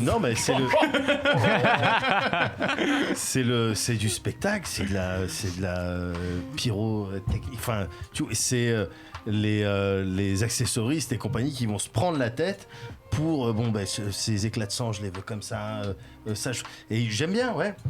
Alors c'est clair que faut aussi apprécier les films sur lesquels on va se pencher sur les motivations des personnages, sur la psychologie, sur une réalisation un petit peu comme ça. Mais moi, oui, j'aime bien quand on se donne un petit peu de mal pour bien simuler une tête qui explose, et même au niveau du bruit, tu vois, et ça, manifestement c'était ça, c'est une des raisons, j'imagine, pour lesquelles ça a pas mal fonctionné et que ça a pas mal influencé après tout un tas d'autres domaines, tout un tas d'autres films. Il y a eu un rapport à la violence aussi, Charlie, selon toi, qui serait hérité du western, vu qu'on mentionne le western tout à l'heure avec Kirk Douglas. Peut-être pas le rapport, enfin si, le rapport à la violence, effectivement on le retrouve. À l'environnement. Ouais, en fait, ce qui est intéressant, c'est que effectivement c'est un film qui parle de bagarre et tout ça, et c'est ça qui peut faire que ça a pu marcher. Mais je pense qu'il y en a plein des films de bagarre. Et si Rambo est devenu aussi iconique dans la pop culture, c'est parce que il incarne en fait d'autres idéaux et d'autres valeurs culturelles qui sont d'ailleurs très propres aux États-Unis au départ, même si d'autres personnes dans d'autres pays peuvent s'y reconnaître, et notamment justement ce rapport à la nature sauvage. Donc on parle du western où il y a vraiment dans toute la culture américaine ce mythe du Wild West que l'homme accompli va réussir à conquérir et à dominer, et on retrouve ça dans Rambo, notamment dans Rambo 2. Il y a une scène qui est assez marquante où il évolue dans la jungle au moment où il doit être en mode furtif entre guillemets, et d'un coup un serpent arrive, et avant qu'on l'ait vu, le serpent, Rambo l'a déjà attrapé par la tête. Et je trouve que d'un point de vue symbolique, il y a vraiment, ça représente tout ce qu'est ce personnage en tant que dominant son environnement, dominant la nature. Il anticipe tout toujours, et donc je trouve qu'en ça il est vraiment représentatif du fantasme américain, quoi. Et c'est pas pour rien à mon avis que Rambo est devenu ce qu'il est et n'est pas juste un autre film d'action. Ariane. Ouais, je rebondis sur ce que dit Charlie. Pour moi, à partir du 2, Rambo, ça devient vraiment un héros américain, tu vois. C'est-à-dire que même si tu regardes juste la couverture du film, enfin l'affiche du film, il est là avec son gros lance-roquette et tout, t'as plus rien à voir avec le premier. C'est vraiment le mec, il est là avec ses gros pecs, son torse qui luit, et puis il va casser des gueules, tu vois. C'est d'anti-héros à héros américain, ouais, le 1 c'est ou 2 en exactement fait. ça. Ouais. David ? Non, ce que j'aimerais rappeler, c'est que c'était un phénomène de société absolument énorme à l'époque. Quand le film est sorti, tout le monde voulait acheter le couteau dentelé de Rambo. Il y avait des panoplies pour enfants Rambo de survie. Et puis il a relancé aussi l'industrie du fitness. Oui. Il y a un nombre de salles, de clubs de gym qui ont ouvert dans le monde, c'est hallucinant. En même temps, il est beau. Le film, il a un succès phénoménal dans le monde, y compris, et c'est le paradoxe, dans les pays asiatiques. Et puis le 2, c'est un peu celui qui pose les bases du mythe. C'est aussi, enfin, on disait tout à l'heure qu'on se rappelait plus du 2 que du premier, mais tu vois, genre l'arc par exemple, il apparaît dans le deuxième film, le bandeau, c'est le deuxième film, enfin tout ça, tu vois, ça apparaît dans le deuxième. L'iconographie, elle revient du deuxième. Ouais, elle est posée dans le deuxième. Alors, j'aurais aimé qu'on puisse écouter la deuxième moitié de notre interview avec Stéphane. Malheureusement, voilà, l'heure tourne, donc vous pourrez retrouver l'intégralité avec le replay. Simplement, il me semblait important d'aborder un dernier axe qu'on avait prévu d'aborder avec Stéphane et avec toi, Médoc. C'est peut-être l'héritage, puisqu'on parlait de Rambo 2 et de toute l'iconographie d'un personnage qui évolue dans un environnement face à des déferlantes d'ennemis. C'est l'impact que Rambo a pu avoir sur le jeu vidéo. Est-ce que, selon toi, il y a une parenté entre le film d'action et le jeu vidéo d'action ? Déjà, là, t'as une pochette de jeu devant toi. Oui, tu me pouvais venir des kilomètres. D'autant qu'il n'y a même pas de volonté de camoufler quoi que ce soit. Je veux dire, quand tu regardes la tête du colonel dans Metal Gear, parce qu'on parle de Metal Gear, pardon. Le colonel Campbell de Metal Gear. Oui, Campbell, exactement. J'ai plus les noms en tête, mais bon, c'est évidemment Trotman, la relation qu'il y a entre eux un petit peu, avec à la fois je t'ai formé, mais je suis un petit peu ta figure paternelle, tout ça. Le fait que Solid Snake, donc là je parle particulièrement de MGS sur PlayStation 1. Le fait qu'il arrive, on lui dit bon ben voilà, on te donne pas forcément de matos, tu vas devoir t'équiper sur place de manière assez protocolaire. Ça aussi, ça fait penser un petit peu à Rambo, voilà, la conscience, l'awareness de son environnement. Tu parlais de quand il attrape le serpent. Bon, Solid Snake, il est alerte aussi. Il fait ce genre de move. Donc le lien, il est évident, typiquement entre cette série et Rambo. Même si Rambo et le jeu vidéo, ça n'a pas toujours été une belle histoire. Après, il y a aussi toute l'iconographie dont elle parlait, le bandeau, il y a beaucoup de choses qui font écho. Évidemment, il y a tout un tas de trucs, encore une fois, je crois que c'est vraiment, pour le coup, c'est vraiment pas subtil. Metal Gear et Rambo, très bien. Même sans Metal Gear, t'as des trucs genre le Metal Slug, Contra, t'as toutes ces licences de jeux qui clairement se cachent pas non plus, je trouve, des influences. J'ai pas beaucoup joué à ces jeux, mais tu joues à Metal Slug, tu as l'impression de voir Rambo le jeu.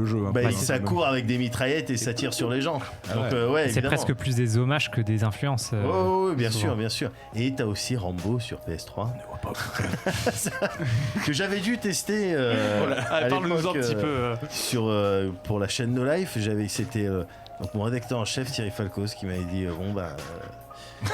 ouais, t'as pas fait de conneries, tu vas quand même faire ça, quoi. Et c'était horrible parce que, encore une fois, si je suis là, c'est que j'aime bien Rambo quand même. Et là, le jeu, alors, c'était catastrophique. Voilà, c'est vraiment l'exemple typique de on a une franchise, on l'a encore pendant combien de temps? Développons un jeu. Et ça a donné ça. Donc là j'en parle, mais en toute rigueur, il faudrait oublier. Et finalement, est-ce que le meilleur Rambo jeu vidéo actuel, c'est pas Breath of the Wild finalement? Je sais pas. Je ne sais pas, mais en revanche, ce qui peut être vrai, c'est que tu as tout un tas de jeux basés sur justement ces notions de survival. Là, en tête, je pense au Scum ou même au PUBG, les Battle Royale, où le principe, c'est qu'effectivement, tu arrives à poil et puis tu vas t'équiper sur place et tu vas devoir t'en sortir. Alors, il y a des jeux qui poussent le survivalisme bien plus loin que uniquement des Battle Royale, et où on va tu vas devoir garder un œil sur ta vessie, est-ce qu'elle est pleine, sur des infections, des types de maladies, tu vois, si t'as la chiasse, bon bah tu recharges ton flingue moins vite. Enfin tu vois, ce genre de pour de vrai. Et je suis persuadé que dans le développement, enfin en tout cas dans ce qui les devs ont voulu transmettre sur encore une fois tout un tas de jeux de survival, il y a de l'ADN un petit peu de Rambo, clairement. Et une dernière question pour finir cette émission. Est-ce que c'est une question globale qui dépasse Rambo, mais fut un temps où Rambo a été rendu possible dans le cinéma américain. Est-ce qu'un film de guerre contestataire aujourd'hui est possible dans le cinéma américain ? Alors là, il fallait la poser au début parce que sinon, ça me semble complet. J'en ai une autre beaucoup plus spécifique si vous préférez. Et comme ça, on se la garde celle-là pour une prochaine émission. Non, mais déjà ça, on peut très vite essayer d'y répondre peut-être. Je préfère qu'on. En une grosse phrase, moi, je pense pas que ça soit possible pour une simple raison, c'est que le contexte de la guerre du Vietnam, c'est très particulier dans l'histoire des États-Unis. C'est vraiment. Il y avait la guerre en Irak. Quand la guerre en Irak arrivait, il y a quelques films qui ont essayé ce truc-là. Je pense à c'est Redacted de Brian De Palma, je crois, ou des trucs comme ça, qui ont essayé d'avoir ce truc film de guerre contestataire très acerbe. Redacted, si vous l'avez jamais vu, voyez-le, c'est quand même du même niveau de violence que John Rambo. Mais ça a eu moins d'impact. Bah forcément, il n'y a pas Rambo, il n'y a pas Stallone dedans, il n'y a pas des gros muscles. Non, mais je parle d'autres films de guerre du Vietnam. Hein. Le truc de Rambo, l'anomalie de Rambo, en revanche, alors, oublions le 1, parce que le 1 est quand même un peu dans cette mouvance de ce que je vais dire, c'est que tous les films qui parlaient du Vietnam, ils avaient ce truc un peu racé, un peu film d'auteur. C'était les grands réalisateurs qui s'y mettaient. Des fois, t'as eu des Apocalypse Now, par exemple. T'as eu The Deer Hunter de Cimino. Enfin, t'avais plein de films comme ça. Rambo arrive, c'est un peu plus simple. C'est un mec, il est moins charismatique que d'autres grands acteurs qui étaient passés. J'aime beaucoup Stallone, mais c'est pas Robert De Niro en termes d'interprétation. Mais les faiblesses de ce mec-là le rendent intimement plus humain et créent une connexion qui fait que ça marchait. De nos jours, je pense que ça marcherait plus parce qu'on n'a pas des acteurs comme lui. Tu peux plus prendre des gueules comme lui. Il y en a quasiment plus des acteurs avec ces gueules comme ça. Même des équivalents de Niro, tous ces mecs-là, on n'a plus d'acteurs hollywoodiens comme il y en avait dans les années 60. Et ça vaut également pour les acteurs des années 80 comme Rambo. Les acteurs aujourd'hui n'ont plus ces gueules cassées, n'ont plus ces côtés qui peuvent être très attachants, ils sont plus lisses. Donc déjà, ça limite le registre que tu peux traiter dans ce genre de film. David, pour finir. Non, je voulais dire simplement que Rambo souffre de stress post-traumatique. Oui. On l'a pas dit. Effectivement. Et ce qui est intéressant quand le premier Rambo sort, c'est que finalement il y a eu très peu de films sur l'après-Vietnam. Il y a eu beaucoup de films sur le Vietnam. C'est-à-dire il y a Apocalypse Now, plus tard il y aura Platoon, Full Metal Jacket. En vérité, il y a que 2 films avant Rambo, je pense, qui parlent de l'après-Vietnam. C'est Voyage au bout de l'enfer. The Deer Hunter. The Deer Hunter dont tu parlais. Et un petit film qui est oublié, c'est Le Retour d'Al Ashby, parce que John Voight, il obtient tout de même l'Oscar du meilleur acteur en 78 pour ce film, où il fait un vétéran du Vietnam devenu tétraplégique et qui est soigné à l'hôpital. C'est un film avec Jane Fonda, et le film d'Al Ashby, avant Rambo, était le seul film sur l'après-Vietnam. Voilà. Et c'est 2 films ça se dit Forrest Gump, pardon, je crois ce que tu dis, mais je suis pas très sûr. Très bien, merci à toutes et à tous pour ce fort beau débat, ma foi, très très fourni. On espère que ça vous a plu. Je pense qu'on a de quoi alimenter d'autres discussions hors antenne. Mais pour l'heure, j'ai envie de dire, les amis, c'est l'heure de sévir. C'est l'heure du quiz musical. Le quiz musical cette semaine, il s'intitule Bando Brothers. Donc je pense que le titre est assez explicite. La thématique de fond, ce seront donc des bandeaux. Et donc on a 2 équipes. On a l'équipe du rouge avec le bandeau rouge et l'équipe du bleu. De l'autre côté, parce que voilà, la réplique quand même culte de Rambo 3, c'est pas où sont les missiles, c'est bien du bleu. On s'est mis d'accord avant l'émission. Donc 5 morceaux, 1 point par bonne réponse, 2 équipes, l'équipe du rouge avec Cédric, Pierre et Ariane, et l'équipe du bleu avec David, Médoc et Charlie. 5 morceaux, ça va taper un peu partout, il y a du cinéma, il y a du jeu vidéo, et des petites surprises, voilà. C'est parti pour le premier morceau. Le thème de Rambo, Thème de Rambo, très bien. Radical, très bien, très bien. C'est pour ça qu'on est dans ton équipe, voilà. Cédric. Non, je le sais, il met toujours un truc évident et j'étais sûr que s'il mettait pas ça, je le frappais. Donc. Il faut. Voilà. Donc c'est Over the Cliff, composé par Jerry Goldsmith dans la bande-son de Rambo First Blood 1982. Bravo Cédric, 1 point pour l'équipe du rouge. C'est parti pour le deuxième morceau. thème de Rambo 2. Pirates des Caraïbes. Pirates des Caraïbes. Ah putain, mais oui, ce n'est pas Rambo 2. Désolé, Médoc. Tu m'as foutu un coup de stress pendant que je fais. C'est Rambo 2, ça commence comme Pirates des Je Caraïbes. me suis dit, il y a peut-être un pattern. Il n'y a pas de pattern, c'est juste au début c'est simple, puis ça devient compliqué. D'accord. La quatrième c'est souvent farfelu, et la dernière c'est over the top. Si tu trouves, t'as de la chatte. Alors c'est un peu dans le désordre, mais c'est dans l'esprit, c'est ça. Donc effectivement, Bando, Bando cette fois-ci sur la mer, Pirates des Caraïbes, composé non pas par Hans Zimmer, mais par Klaus Badelt, il faut le rappeler. He's a Pirates, donc Pirates des Caraïbes, film de Walt Disney, sorti en 2003. Je n'ai plus le nom de Film réalisateur. de si vous Bando. l'avez. Le prochain c'est La Momie, on est d'accord, c'est ça. Attention, c'est parti Cédric pour le voit tout avant. troisième morceau, 2-0 pour l'équipe du rouge.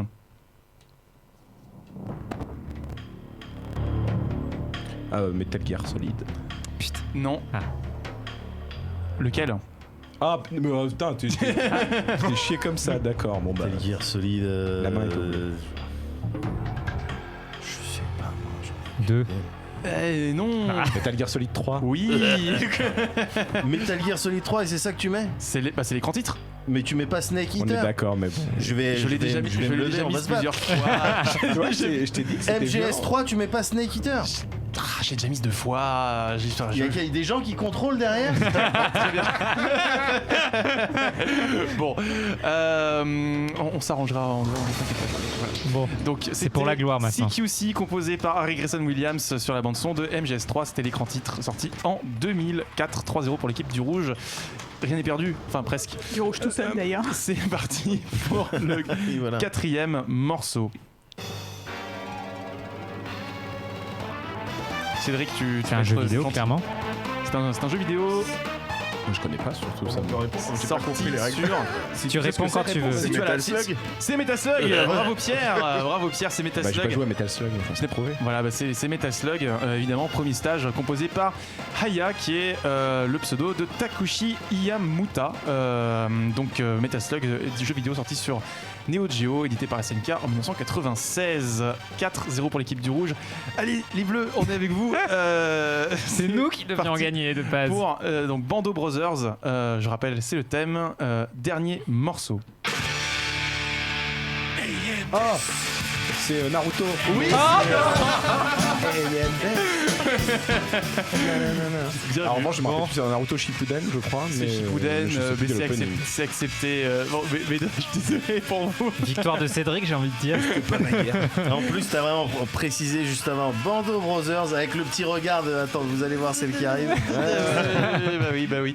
J'ai dit il y en a une, c'est toujours un truc un peu con. Hein. Donc c'est The Cro-Magnon, le morceau qui s'appelle Totsuge Kirok sur l'opening de Naruto Shippuden, année de l'opening 2012. Voilà.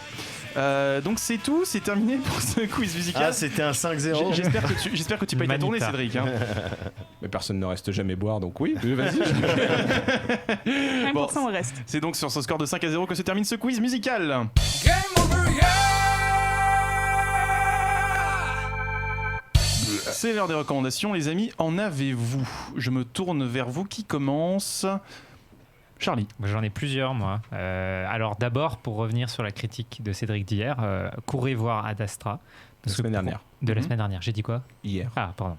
Oui, effectivement. Et c'est pour moi, c'est le plus grand film spatial que j'ai vu. Je trouve que c'est le plus mature, le plus intelligent, que ce soit sur les thématiques politiques, la manière dont il présente l'espèce humaine d'un point de vue plus anthropologique, et puis surtout tout ce qui développe par rapport à. Je pense c'est pas un film qui attend les solutions de la science de manière béate comme on peut l'avoir souvent dans la science-fiction. Donc rien que pour ça, il faut aller le voir. En plus, Brad Pitt est absolument formidable. Et puis surtout, si vous voulez voir, parce que moi j'ai pas aimé Rambo 5 comme vous l'avez compris, un bon film de guérilla, il y a en ce moment Bacurau qui est absolument formidable et qui est très dérangeant et très intéressant. Vraiment, c'est un film qui va vous faire quelque chose. Donc allez voir ce film. Et puis enfin, on ne parle jamais forcément avec langue pop culture de danse ici, mais je sors d'une rétrospective à Chaillot de Philippe Découfflet, pardon, et qui est super. Donc s'il y avait un chorégraphe qui était pop culture, non pas de fait, mais dans sa démarche, ce serait lui, parce que c'est toujours... Il y a plein d'humour, c'est bourré d'humour, c'est toujours esthétique, c'est très fluide, et voilà, c'est vraiment magnifique, donc allez-y. Merci Ariane. Ouais, moi je vais vous recommander la série que je regardais avant de venir. J'ai terminé avant de venir, c'est une mini-série, ça s'appelle Unbelievable. C'est adapté d'une histoire vraie qui a été récompensée notamment par un Pulitzer. C'est sur une série de viols aux États-Unis. C'est genre le système judiciaire en faute, quoi. Et c'est vraiment très très bien foutu. Donc si vous savez pas quoi regarder, c'est 9 épisodes, ça va vite et c'est pas mal. Merci beaucoup. Pierre? Moi je recommanderais Hors Norme, le film de Nakache et Toledano qui sort je crois bientôt. Je suis pas du tout fan de ce qu'ils font d'habitude. Intouchable, ça m'a pas touché. Samba, j'ai trouvé ça naze. Et du coup, je suis allé le voir en vrai parce que j'avais une invite. Et j'en attendais rien. Et déjà, j'ai beaucoup pleuré, secrètement. C'est un film donc sur l'autisme inspiré d'une vraie association qui existe où Reda Kateb et Cassel reprennent des rôles de personnes qui prennent le relais des hôpitaux en fait quand ils savent pas comment s'occuper des gens autistes. Et c'est vraiment très très bien.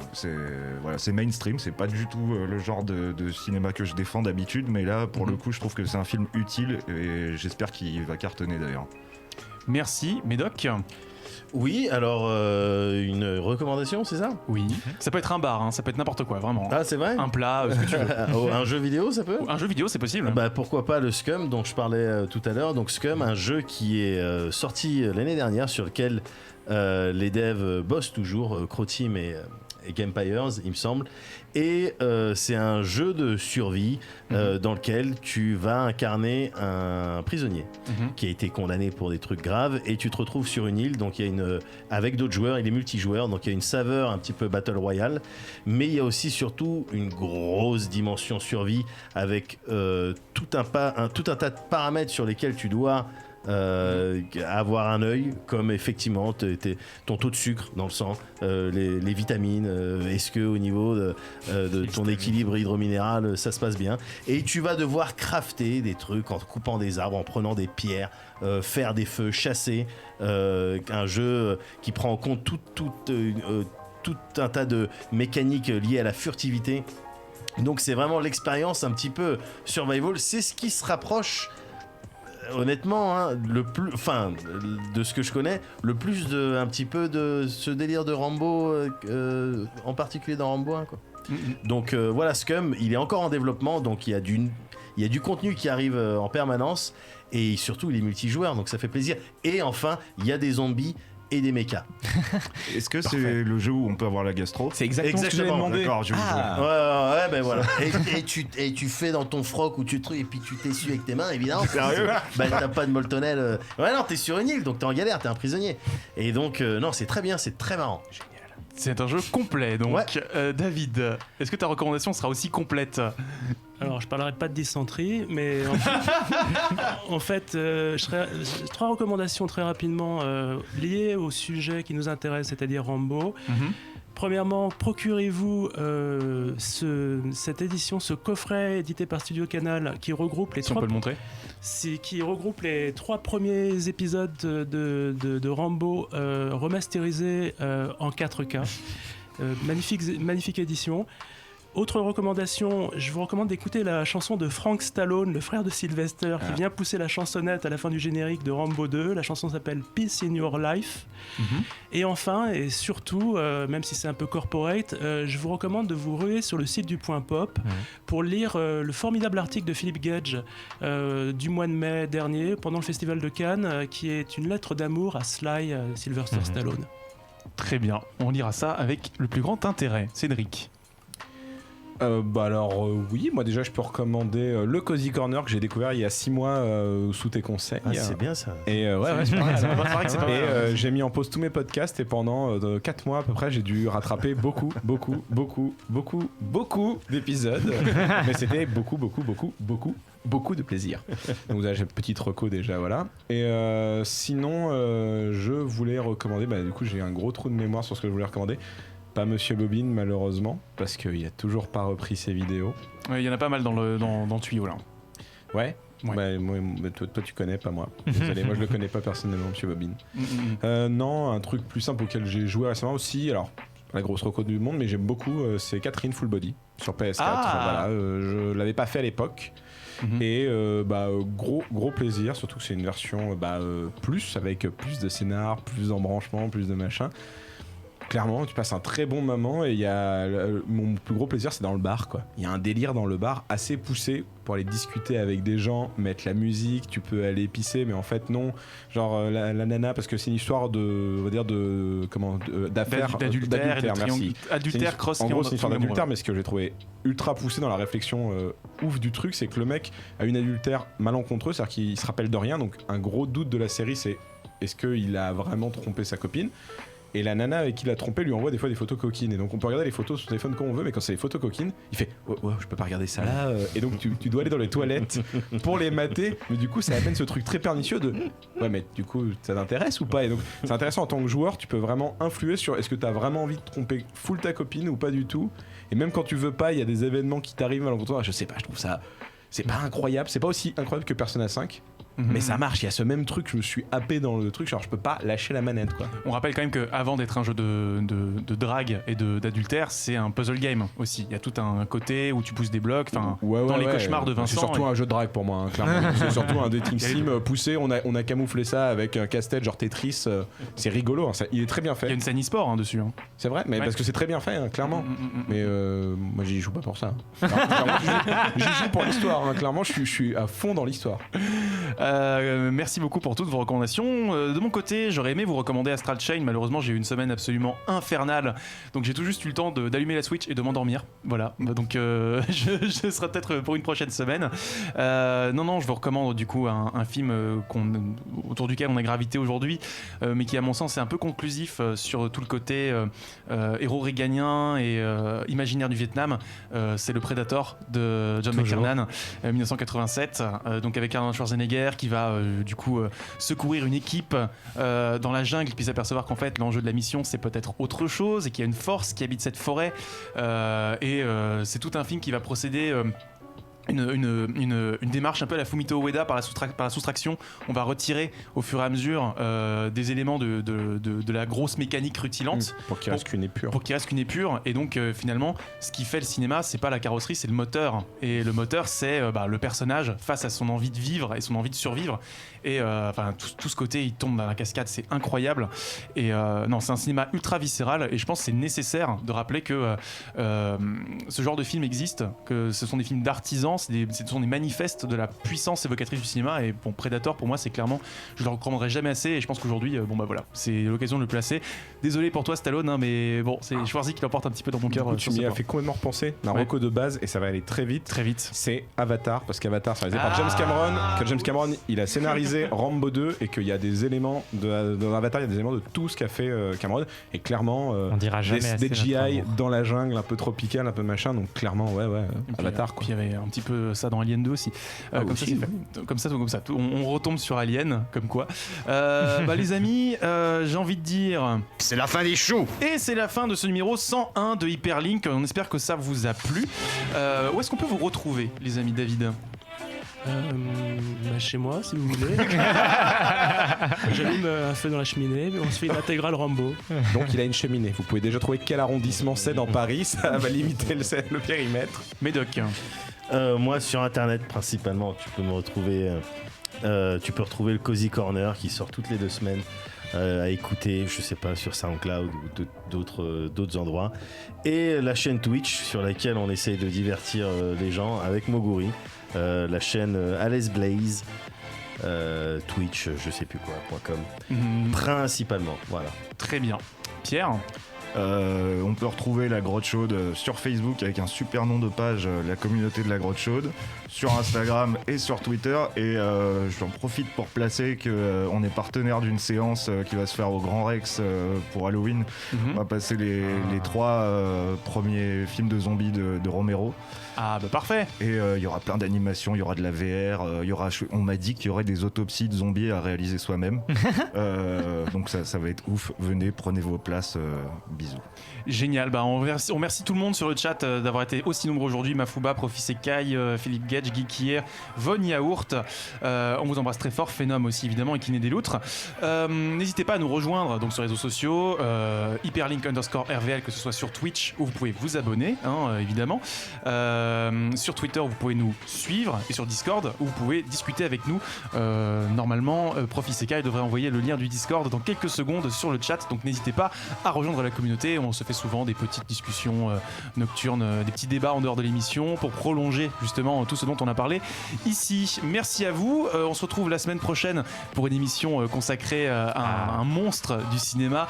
Ça va être quand même assez intéressant, je pense, parce que c'est Godzilla. Non. Son prénom. C'est Mr. T. Mais alors Mr. T, Quentin de son prénom. Voilà, on se retrouve du coup la semaine prochaine. Ciao.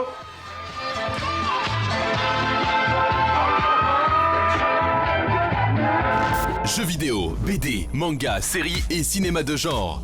L'actu Pop & Geek, c'est dans Hyperlink, votre cocktail de bulles et de pixels, avec Karel et son équipe, tous les dimanches à 17h en direct sur VL.